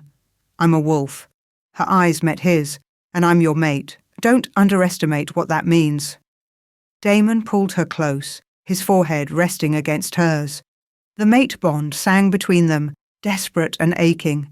If you die, he whispered, I won't survive it. Not again. Not now that I've found you. Then I guess I'll have to win. Sarah kissed him, soft and sweet, pouring everything she couldn't say into the touch. For you. For Kai. For the family we should have had. When they parted, his eyes were bright with unshed tears. Come back to me, he said. However broken, however hurt. Just come back? I will. Sarah stood straightening her shoulders. I promise? It was another promise she wasn't sure she could keep. The arena was ancient, a circular pit in the earth surrounded by stone seats, built in the old times when wolves settled disputes with blood and claw. The entire pack had gathered, hundreds of wolves filling the seats, their eyes gleaming in the torchlight. Sarah stood at the arena's edge and felt their judgment, their doubt, their anticipation of her death. Leanna sat in the Alpha's box, playing Luna even though she had no right. Damon was beside her, still too weak to stand without support, his face carved from stone as he watched Sarah descend into the pit. And somewhere safe, somewhere Sarah couldn't see, Kai was waiting for his mother to come home. Rorik entered from the opposite side. He was even more terrifying in the arena's space, massive and scarred, moving with the economy of a professional killer. He didn't even look at Sarah as he crossed to the center, as if she wasn't worth his attention. Elder Vera stood between them, her voice carrying across the silent crowd. We are gathered for trial by combat. The accused, Sarah Thorne, stands charged with treason, abandoning Pack territory while carrying the Alpha's heir, returning with a child of questionable legitimacy, and bringing chaos to Pack lands. Her eyes found Sarah's. Do you accept these charges? I deny them. Sarah's voice rang clear. My son is Damon Blackwood's legitimate heir. I left to protect him from those who would see him dead, and I'm here to prove it. The accuser, Leanna Blackwood, has called for trial by champion. Her champion, Rorik of the Northern Pack, stands ready. Vera looked at Rorik. Do you fight for truth and justice? I fight for my Alpha. Rorik's voice was a growl. And I don't lose. Then let the moon goddess judge. Vera stepped back. Fight until one yields or dies. Begin. Rorik moved. He was fast. Impossibly fast for his size. One moment he was 10 feet away. The next his fist was driving towards Sarah's face. She barely dodged, felt the wind of his strike pass her cheek. His follow-up caught her in the ribs. Pain exploded through her chest. Sarah flew backward, hit the arena wall hard enough to crack stone. The crowd roared. She tasted blood. Rorik didn't give her time to recover. He was on her again, fists like hammers, each strike designed to break bones. Sarah blocked, dodged, tried to find an opening. There wasn't one. He was too strong, too experienced, too much. Every hit that landed drove her deeper into defense. Her healing magic kept her bones from shattering, but it was draining her power fast. "Mama!" Kai's voice cut through the roar. He'd escaped whoever was watching him, was standing at the arena's edge with tears streaming down his face. "Mama, get up!" Sarah pushed to her feet, spitting blood. Rorik was circling her like a predator, not even winded. "You're weak," he said conversationally. "Omega stock. You should have stayed hidden." He lunged again. This time Sarah didn't just dodge. She shifted. Her wolf erupted from her skin in a shower of light, smaller than his would be, but faster. She dove under his guard, teeth finding his leg tearing. Rorik roared and shifted mid-step. His wolf was enormous, black with silver markings, easily twice Sarah's size. He shook her off like a rag doll, sent her tumbling across the arena floor. Sarah's wolf scrambled up, limping. Blood matted her fur. The crowd was screaming, but she couldn't focus on them, could only focus on Rorik circling her, preparing for the kill strike. "I'm going to die," she thought with strange clarity. "I'm not strong enough, except her grandmother's voice in her memory. You're stronger than they know, stronger than you know. I sealed it to keep you safe, but when you need it most, when everything is on the line, the seal will break." What seal? What power? Rorik lunged for her throat. Sarah closed her eyes and reached for something she didn't understand.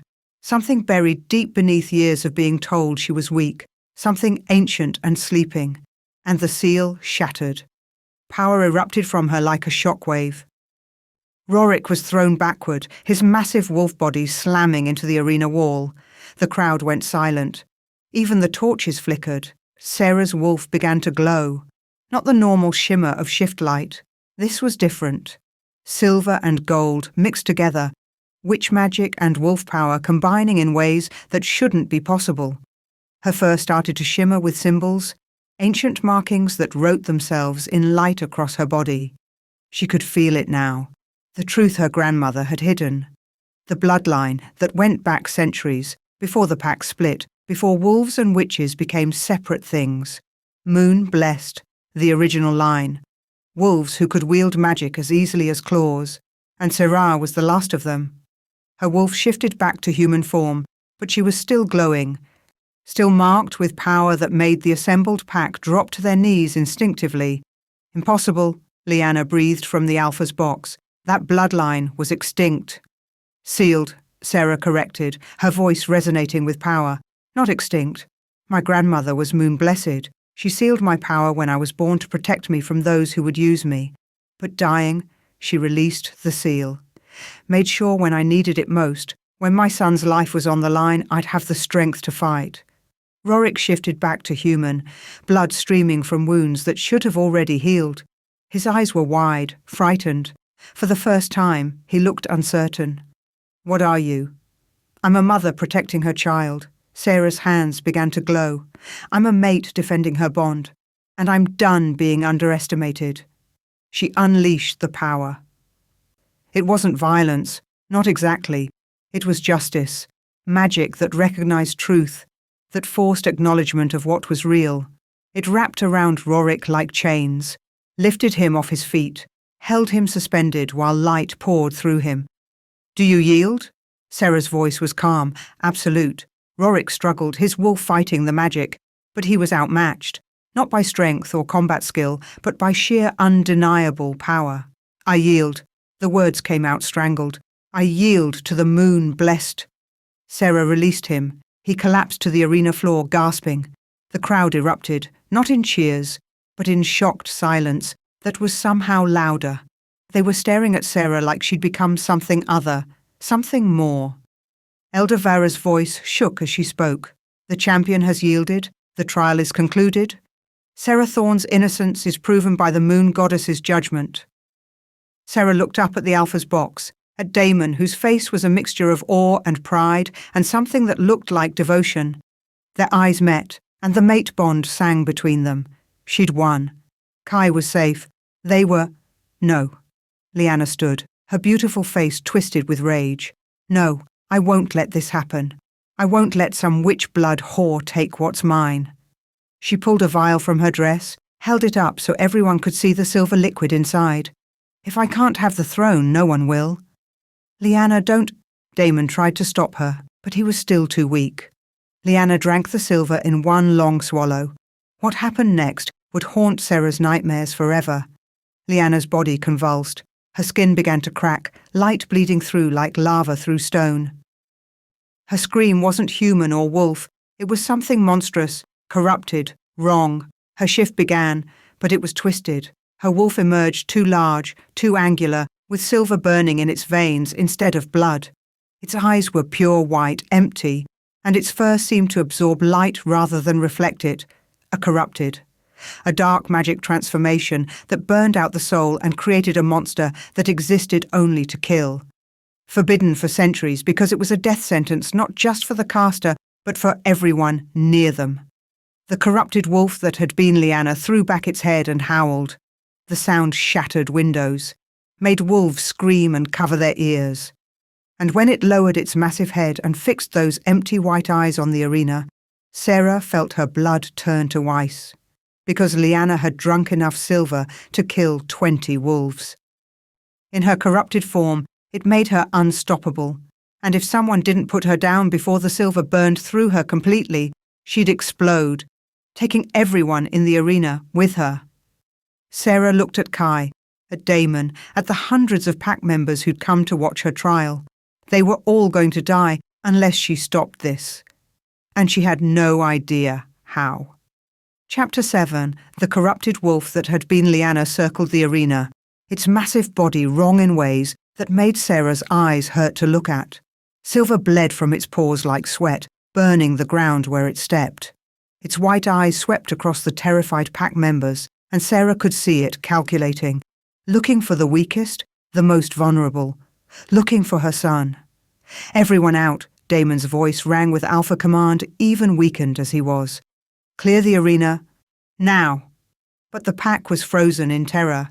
They'd never seen a corrupted before.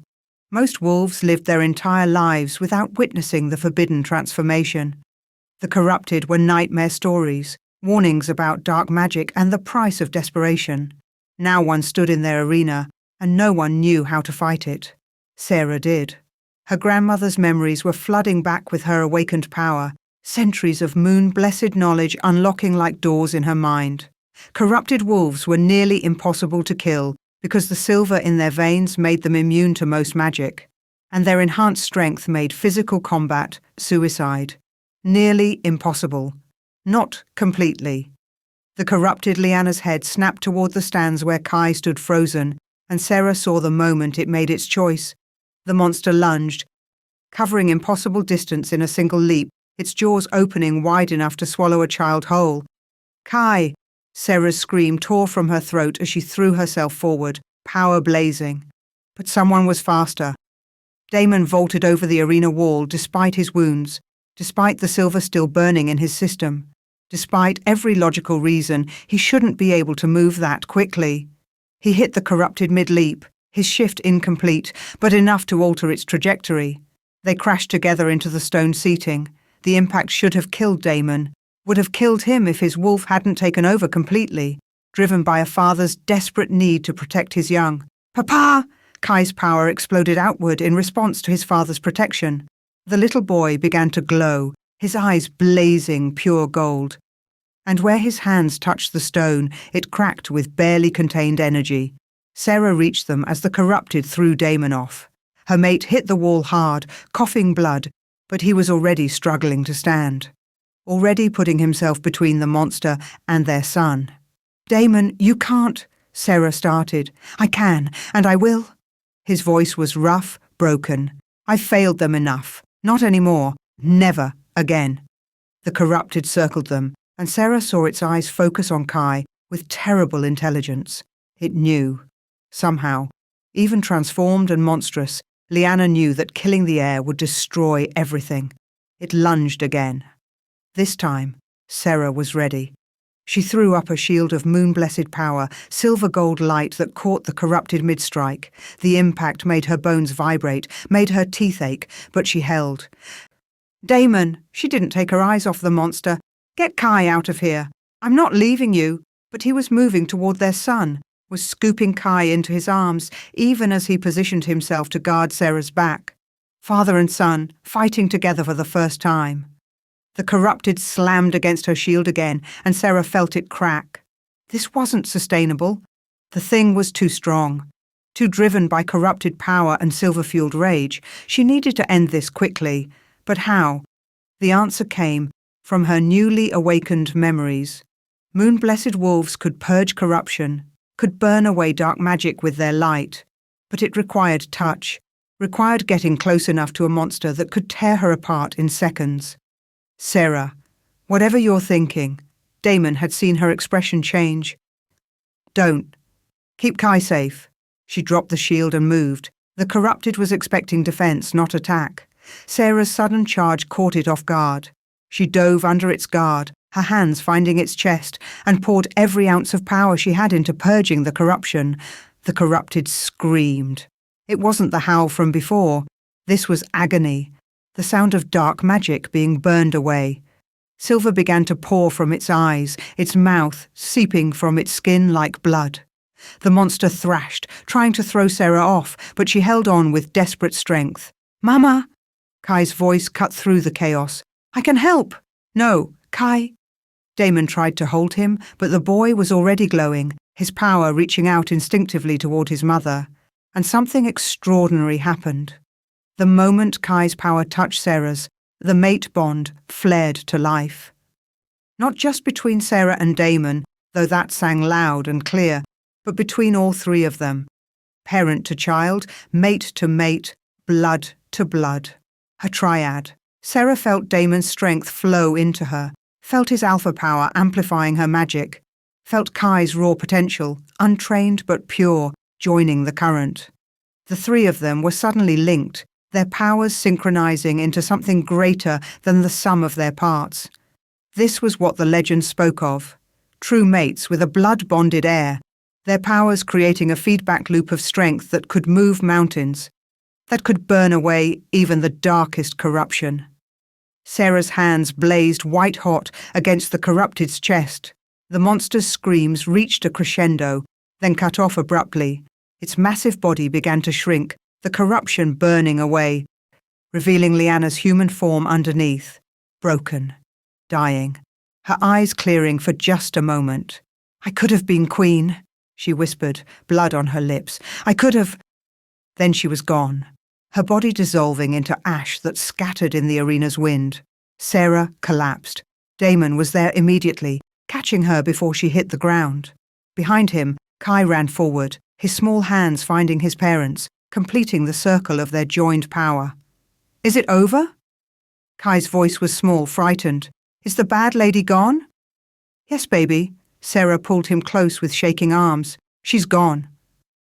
The arena was silent. Hundreds of wolves stared at them, at the three of them glowing with joined power, at the ashes of a corrupted wolf, at the impossible thing they'd just witnessed. Then someone started to run. Marcus burst from his seat, moving with desperate speed toward the arena's exit. In his hands was a leather satchel. Pack records, Sarah realized. Territorial maps, alliance agreements, secrets that could be sold to enemy packs. "Stop him!" Damon's voice cracked with command. Ryan was already moving, along with a dozen loyal warriors. They caught Marcus at the exit, dragged him back to the arena floor. The former elder fought like a cornered animal, but weakened and outnumbered. He didn't stand a chance. "You can't," Marcus was screaming as they forced him to his knees. "You don't understand. The Northern Pack promised me. Liana said we'd rule together. You betrayed your alpha." Damon stood slowly, Sarah leaning against him for support. "Poisoned me for years, tried to kill my son, sold Pack secrets to our enemies." His voice was cold, final. "You're stripped of your position, your rank, your pack bonds. You'll be held for trial, and when you're found guilty, you'll face execution."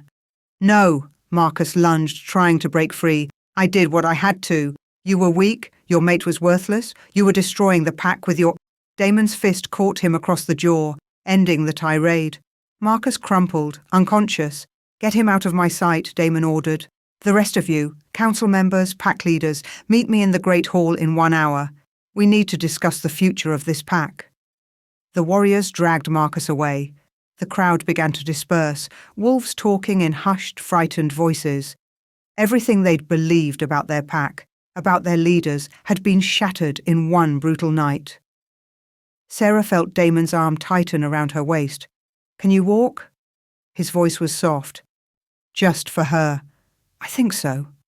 But when she tried to step forward, her legs buckled.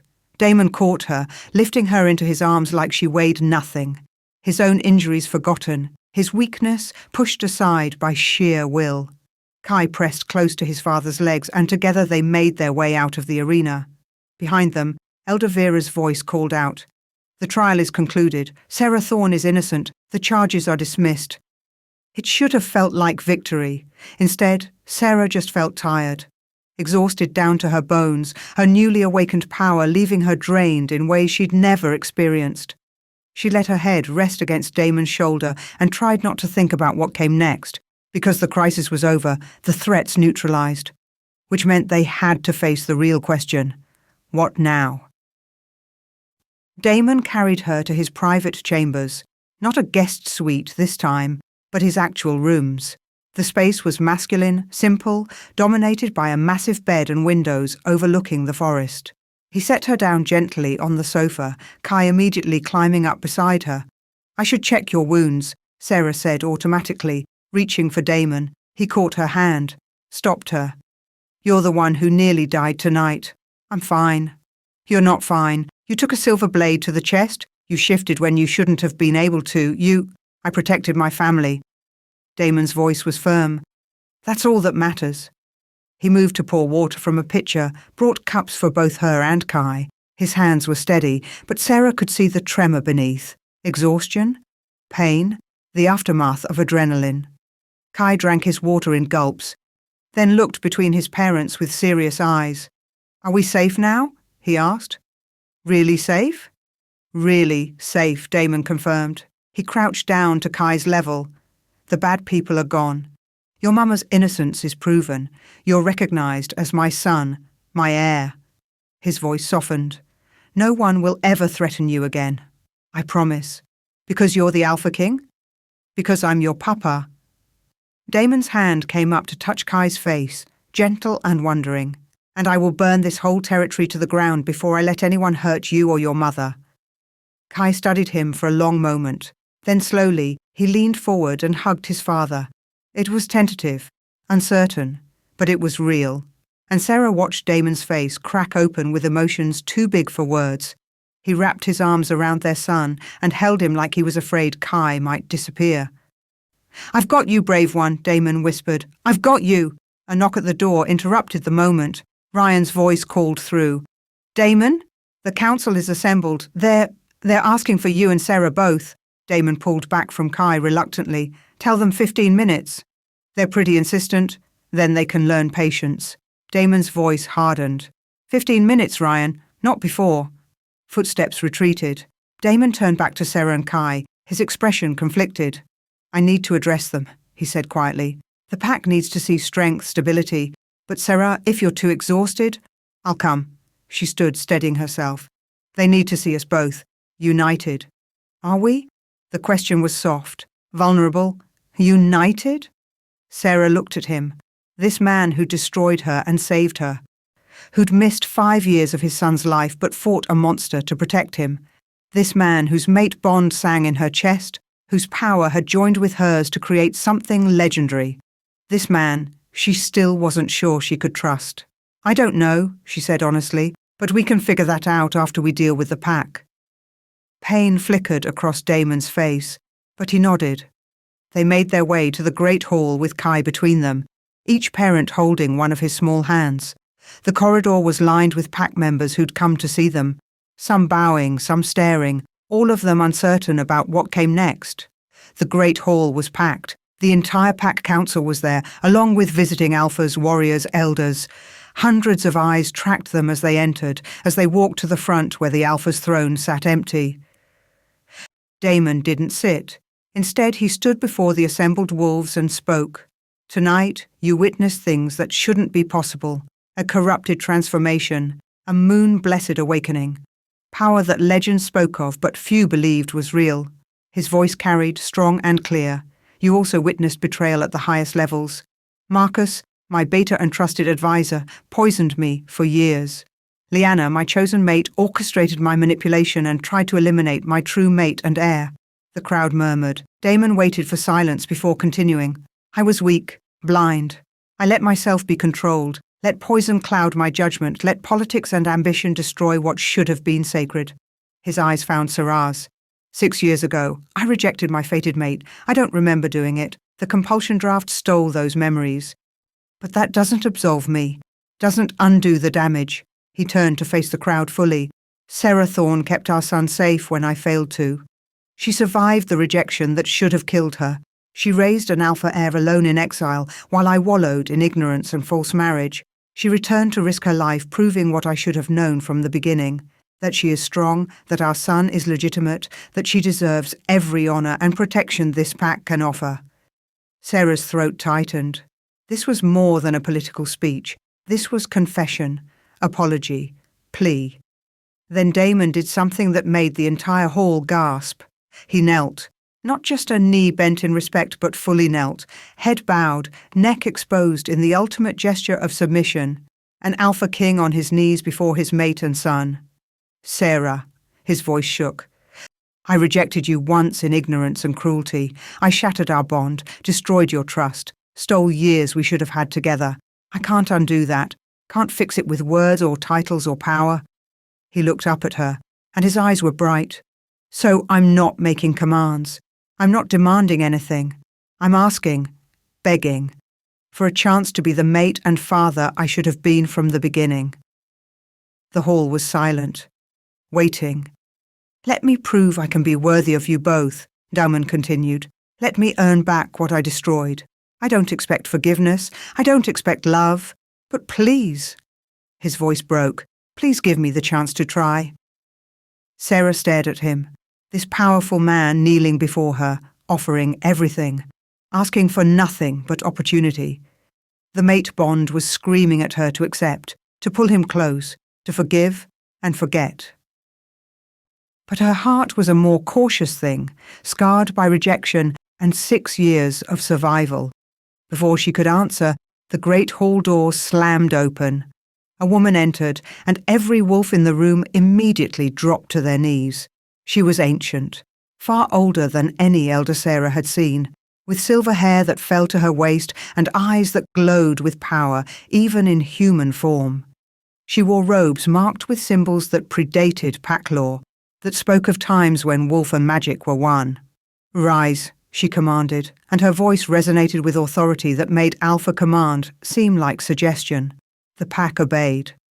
Damon stood slowly, positioning himself protectively in front of Sarah and Kai. Who are you? He demanded. I am Meridian, first elder of the Wolf Council.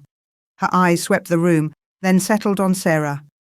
And I am here because one of the moon-blessed bloodline has awakened for the first time in 3 centuries. Sarah's stomach dropped. The moon-blessed were the original rulers, Meridian continued, moving forward with slow, deliberate steps. Before packs divided, before alphas rose to power through strength alone, the moon-blessed sat the ancient throne. They were sovereigns by divine right, chosen by the goddess herself to lead all wolves. That's history, Damon said carefully. The moon-blessed line was hidden. Meridian stopped in front of Sarah, studying her with eyes that seemed to see straight through to her soul. Elena was one of our last. She sealed her granddaughter's power, hid her among common wolves, protected her from those who would use or kill her. Her expression softened. She did well. But now the seal is broken, now the truth is revealed. What truth? Sarah found her voice. That you, Sarah Thorne, are not just moon-blessed. Meridian's smile was sad, knowing. You are the true heir to the ancient throne, the last of the royal line, and by laws that predate pack structure, that supersede even alpha authority. She turned to look at Damon. You outrank every alpha king in existence. The hall erupted, wolves shouting, arguing, some bowing immediately, while others protested. Damon had gone very still, his face unreadable. Meridian raised her hand, and silence fell like a hammer. The law is clear, she said. A moon, blessed heir of royal blood, may claim the ancient throne and rule all packs. Or, her eyes flicked between Sarah and Damon. If the heir has a mate bond with an alpha king, they may choose to rule together as equal sovereigns, sharing power and throne. Equal sovereigns. Not Luna standing behind her alpha, not mate following her king's lead. True equals, sharing everything. The choice is yours, Sarah Thorne. Meridian's voice was gentle but implacable. Take your throne and rule alone, as is your right, or stand beside your mate as equals, sharing the burden and glory of leadership. The hall had gone silent again. Every eye was on Sarah. She looked at Damon, still protecting her and Kai, even faced with news that she could strip his authority, his throne, everything he'd built. His face showed shock, but underneath it was something else. Pride. He was proud of her. I need time, Sarah said finally, to think, to decide. You have 3 days. Meridian inclined her head. Choose wisely. Last daughter of the moon. The fate of all packs hangs in the balance. She swept from the hall as dramatically as she'd entered, leaving chaos in her wake. Sarah stood frozen, Kai pressed against her leg, Damon still at her side. She was moon-blessed royalty, true heir to an ancient throne. She could have everything she'd never dared dream of. Power, authority, the ability to change wolf society from the ground up. All she had to do was walk away from her mate, or she could stay, could forgive, could try to build something with the man who'd destroyed her, could be equal sovereigns, partners in power and life.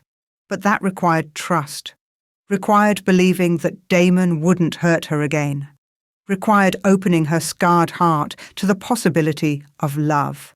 3 days to decide her future, 3 days to choose between throne and mate, power and family, fear and faith. Sarah looked at Damon, at their son, at the future stretching out before them full of impossible choices, and had absolutely no idea what she was going to do. Chapter 8. The 3 days Meridian gave her felt like 3 minutes and 3 years at the same time. Sarah spent them in her grandmother's cottage. The place felt safer than the mansion, more like home, with Kai sleeping in his old room and guards posted at a respectful distance. Damon had offered to leave pack territory entirely if his presence made her decision harder. She'd told him that was ridiculous but appreciated the gesture. On the second day, Meridian came to explain the terms.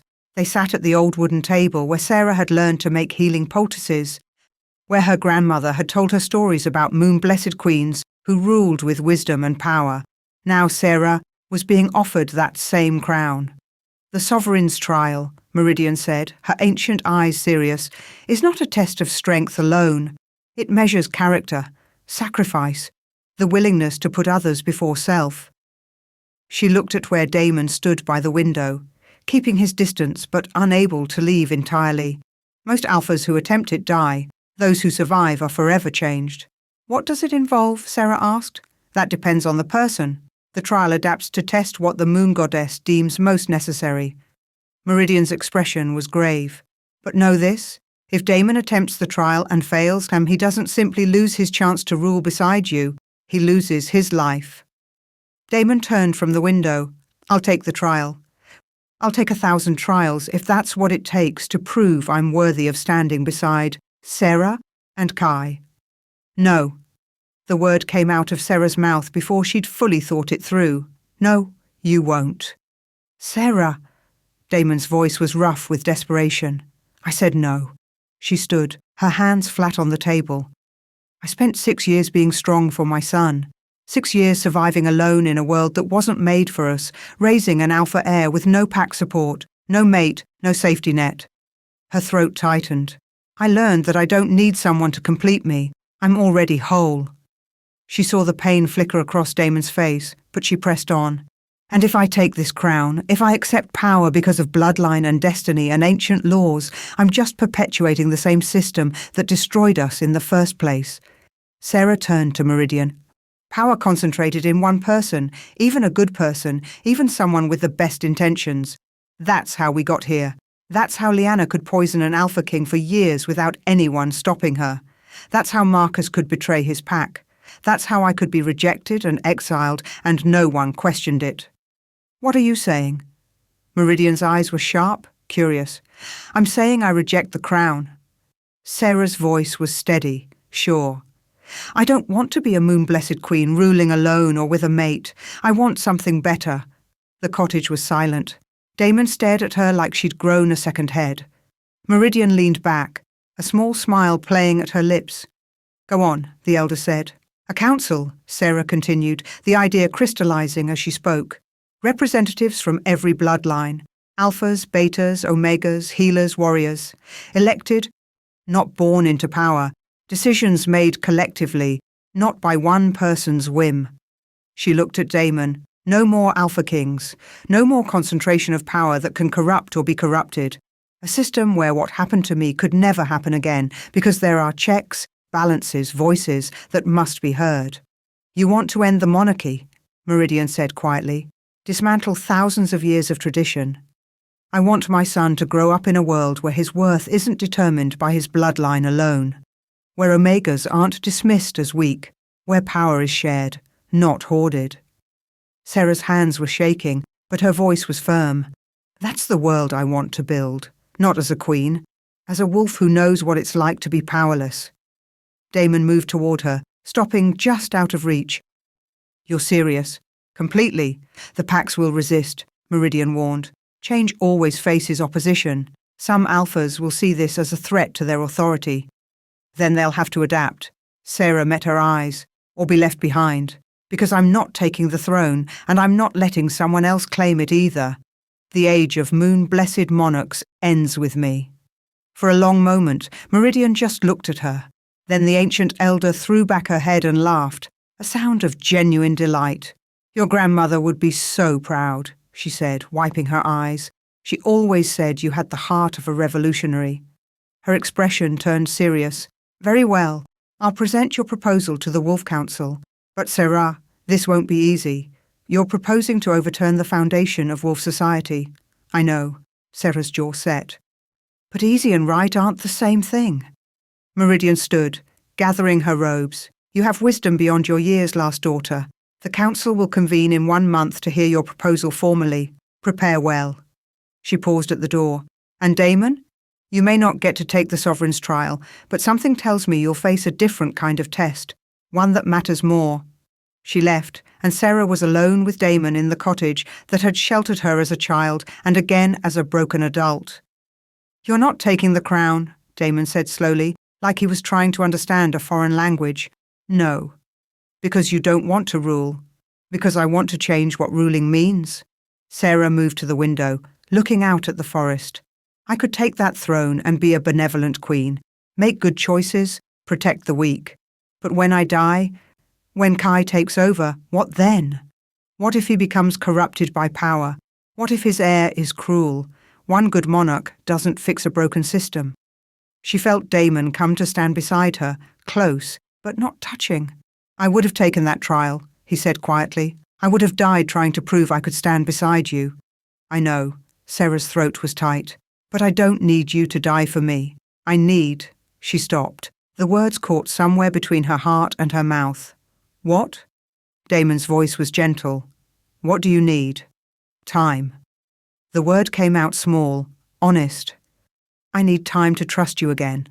Time to believe that when things get hard, when politics and pressure come calling, you won't choose power over me, over us. She finally looked at him. I need to know that 6 years from now, 16 years from now, you'll still choose our family first. I will. His hand came up, hovering near her face but not quite touching. Every day, every choice, every moment. But I understand if you need me to prove it. If you need to see it rather than just hear promises. I do. Sarah's voice was barely a whisper. I'm sorry, but I do. Don't apologize. Damon's smile was sad, but real. You're right to be cautious. I destroyed your trust. Now I have to earn it back. He stepped away, creating distance. The cottage has a guest house in back, small but livable. If you'll allow it, I'd like to stay there, close enough to be present for Kai, far enough to give you space. You'd step away from the mansion, from your position? I'm stepping down as Alpha King entirely. Damon's voice was firm. If we're dismantling the monarchy, I should lead by example. Ryan can act as temporary alpha while we establish the council system. I'll help with the transition, but then, he shrugged, then I'm just Damon, a father learning to know his son, a mate trying to win back his female. Sarah felt something crack open in her chest. Not the mate bond that had been singing since the arena, but something deeper. Hope, maybe. The fragile possibility of healing. The guest house is yours, she said, if you want it. I want it. His eyes were gold in the afternoon light. I want any chance to be near you both. The first month was awkward. Damon moved into the guest house, a small stone building that shared the cottage's garden but maintained separate space. He showed up every morning to have breakfast with Kai, teaching their son to shift safely, to control his power, to understand pack dynamics. He was patient, gentle, present in ways that made Sarah's heart ache. But with her, he was careful, respectful of boundaries, never pushing, never demanding. He courted her like they were strangers meeting for the first time, bringing her wildflowers from the forest, fixing the cottage's leaky roof, sitting on the porch in comfortable silence while she worked on healing drafts.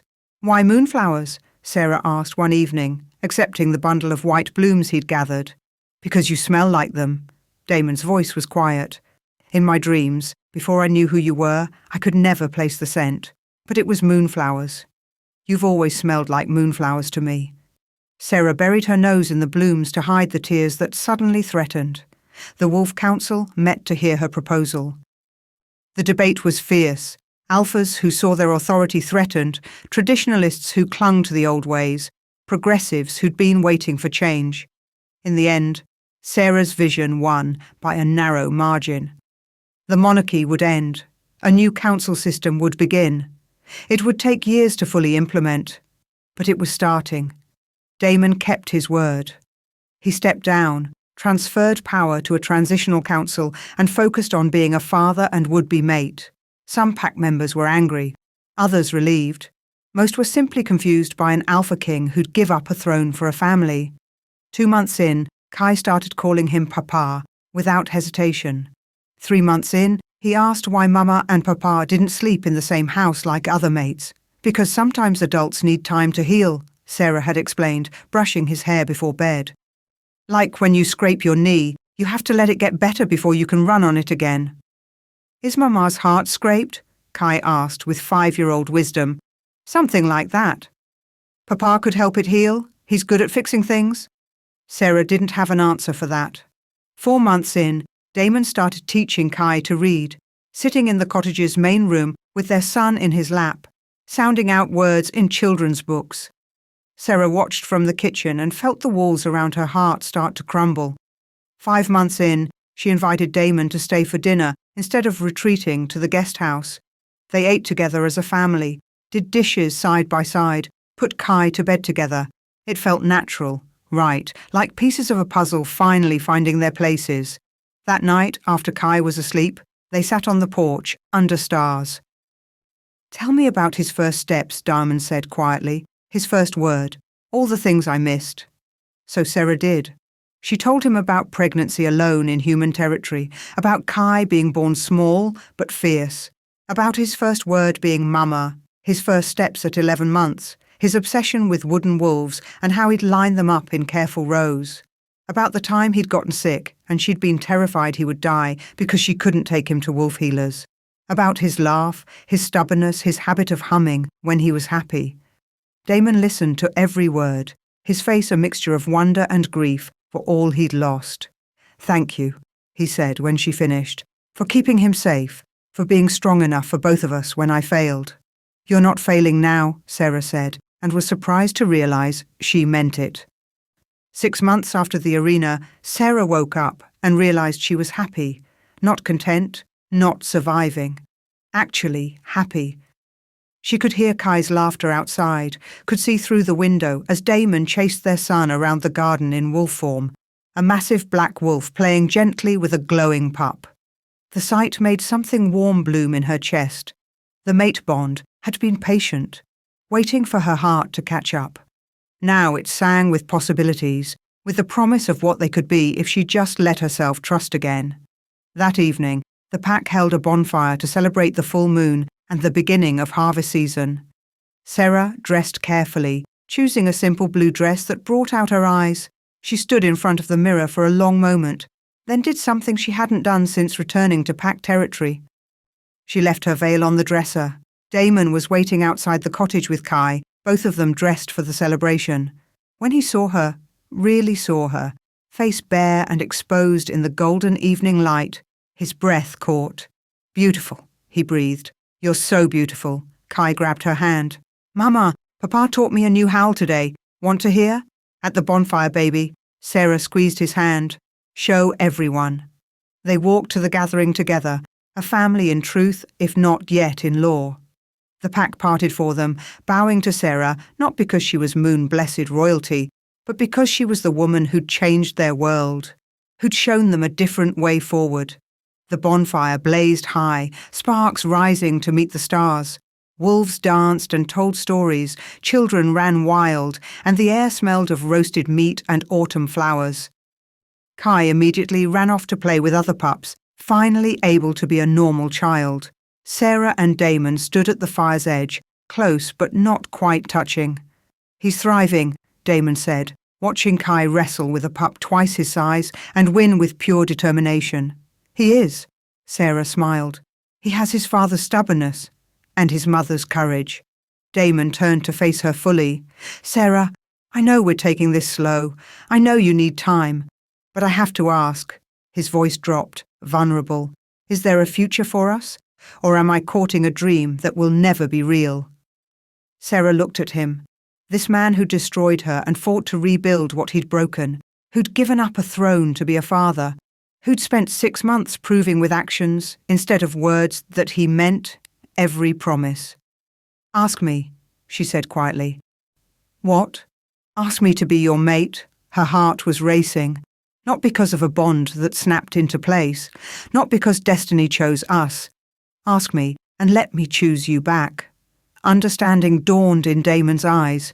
He moved to face her fully, taking both her hands in his. "Sarah Thorne," he said, his voice carrying over the bonfire's crackling. "Will you be my mate? Not because the moon goddess decreed it, not because we share a son, but because I love you." His voice cracked. "Because I love your strength and your stubborn refusal to be anyone's victim. Because you're brilliant and fierce, and you make me want to be the man you deserve. Because I'm choosing you, and I'm asking you to choose me back." The bonfire had gone quiet. Everyone was watching, waiting. Sarah felt tears slip down her cheeks, but they were good tears. Healing tears. "Yes," she whispered. Then louder, "Yes. I choose you, Damon Blackwood. I choose this family. I choose us." The pack erupted in cheers. But Sarah only had eyes for Damon as he pulled her close, as his forehead rested against hers, as the mate bond sang between them with joy and relief and promise. "Never again will I let you go," he murmured against her hair. "Never again will you have to hide. Never again will our family be broken." "Never again," Sarah agreed. "Dad!" Kai's voice cut through the moment. He was running toward them, his small face alight with happiness. "Dad, did you see? Mama said yes." Dad. Not Papa, not Father, Dad. Damon scooped Kai up, pulling Sarah in with his other arm, and the three of them stood in the bonfire's light, finally, truly whole. The pack danced around them, celebrating the beginning of a new era. A world where council replaced crown, where all voices mattered, where an Omega healer and a former Alpha King and their impossibly powerful son could simply be a family. Later, when the fire burned low and most wolves had returned home, Sarah stood with Damon and Kai at the forest's edge. The full moon hung huge and silver above them, painting everything in shades of pearl and shadow. 3 shadows stretched long across the grass, a man, a woman, and a small boy between them, a family that shouldn't exist, that had been broken and reformed, that had survived rejection and exile and dark magic and corruption, a family that had chosen each other. Kai yawned, leaning against Damon's leg. "Can we go home now?" "Yes, brave one." Damon lifted him easily. "Let's go home." And as they walked back to the cottage, not to separate houses anymore, but to one home they would share, Sarah felt the last pieces of her broken heart finally knit back together. She'd been a hidden omega, a rejected mate, an exiled mother, a sleeping queen. But tonight, under the full moon with her mate's hand in hers and her son's gentle snoring against Damon's shoulder, she was simply Sarah. And that was enough. More than enough. Everything. The end. Thank you for listening to this story. Like, share and subscribe for me.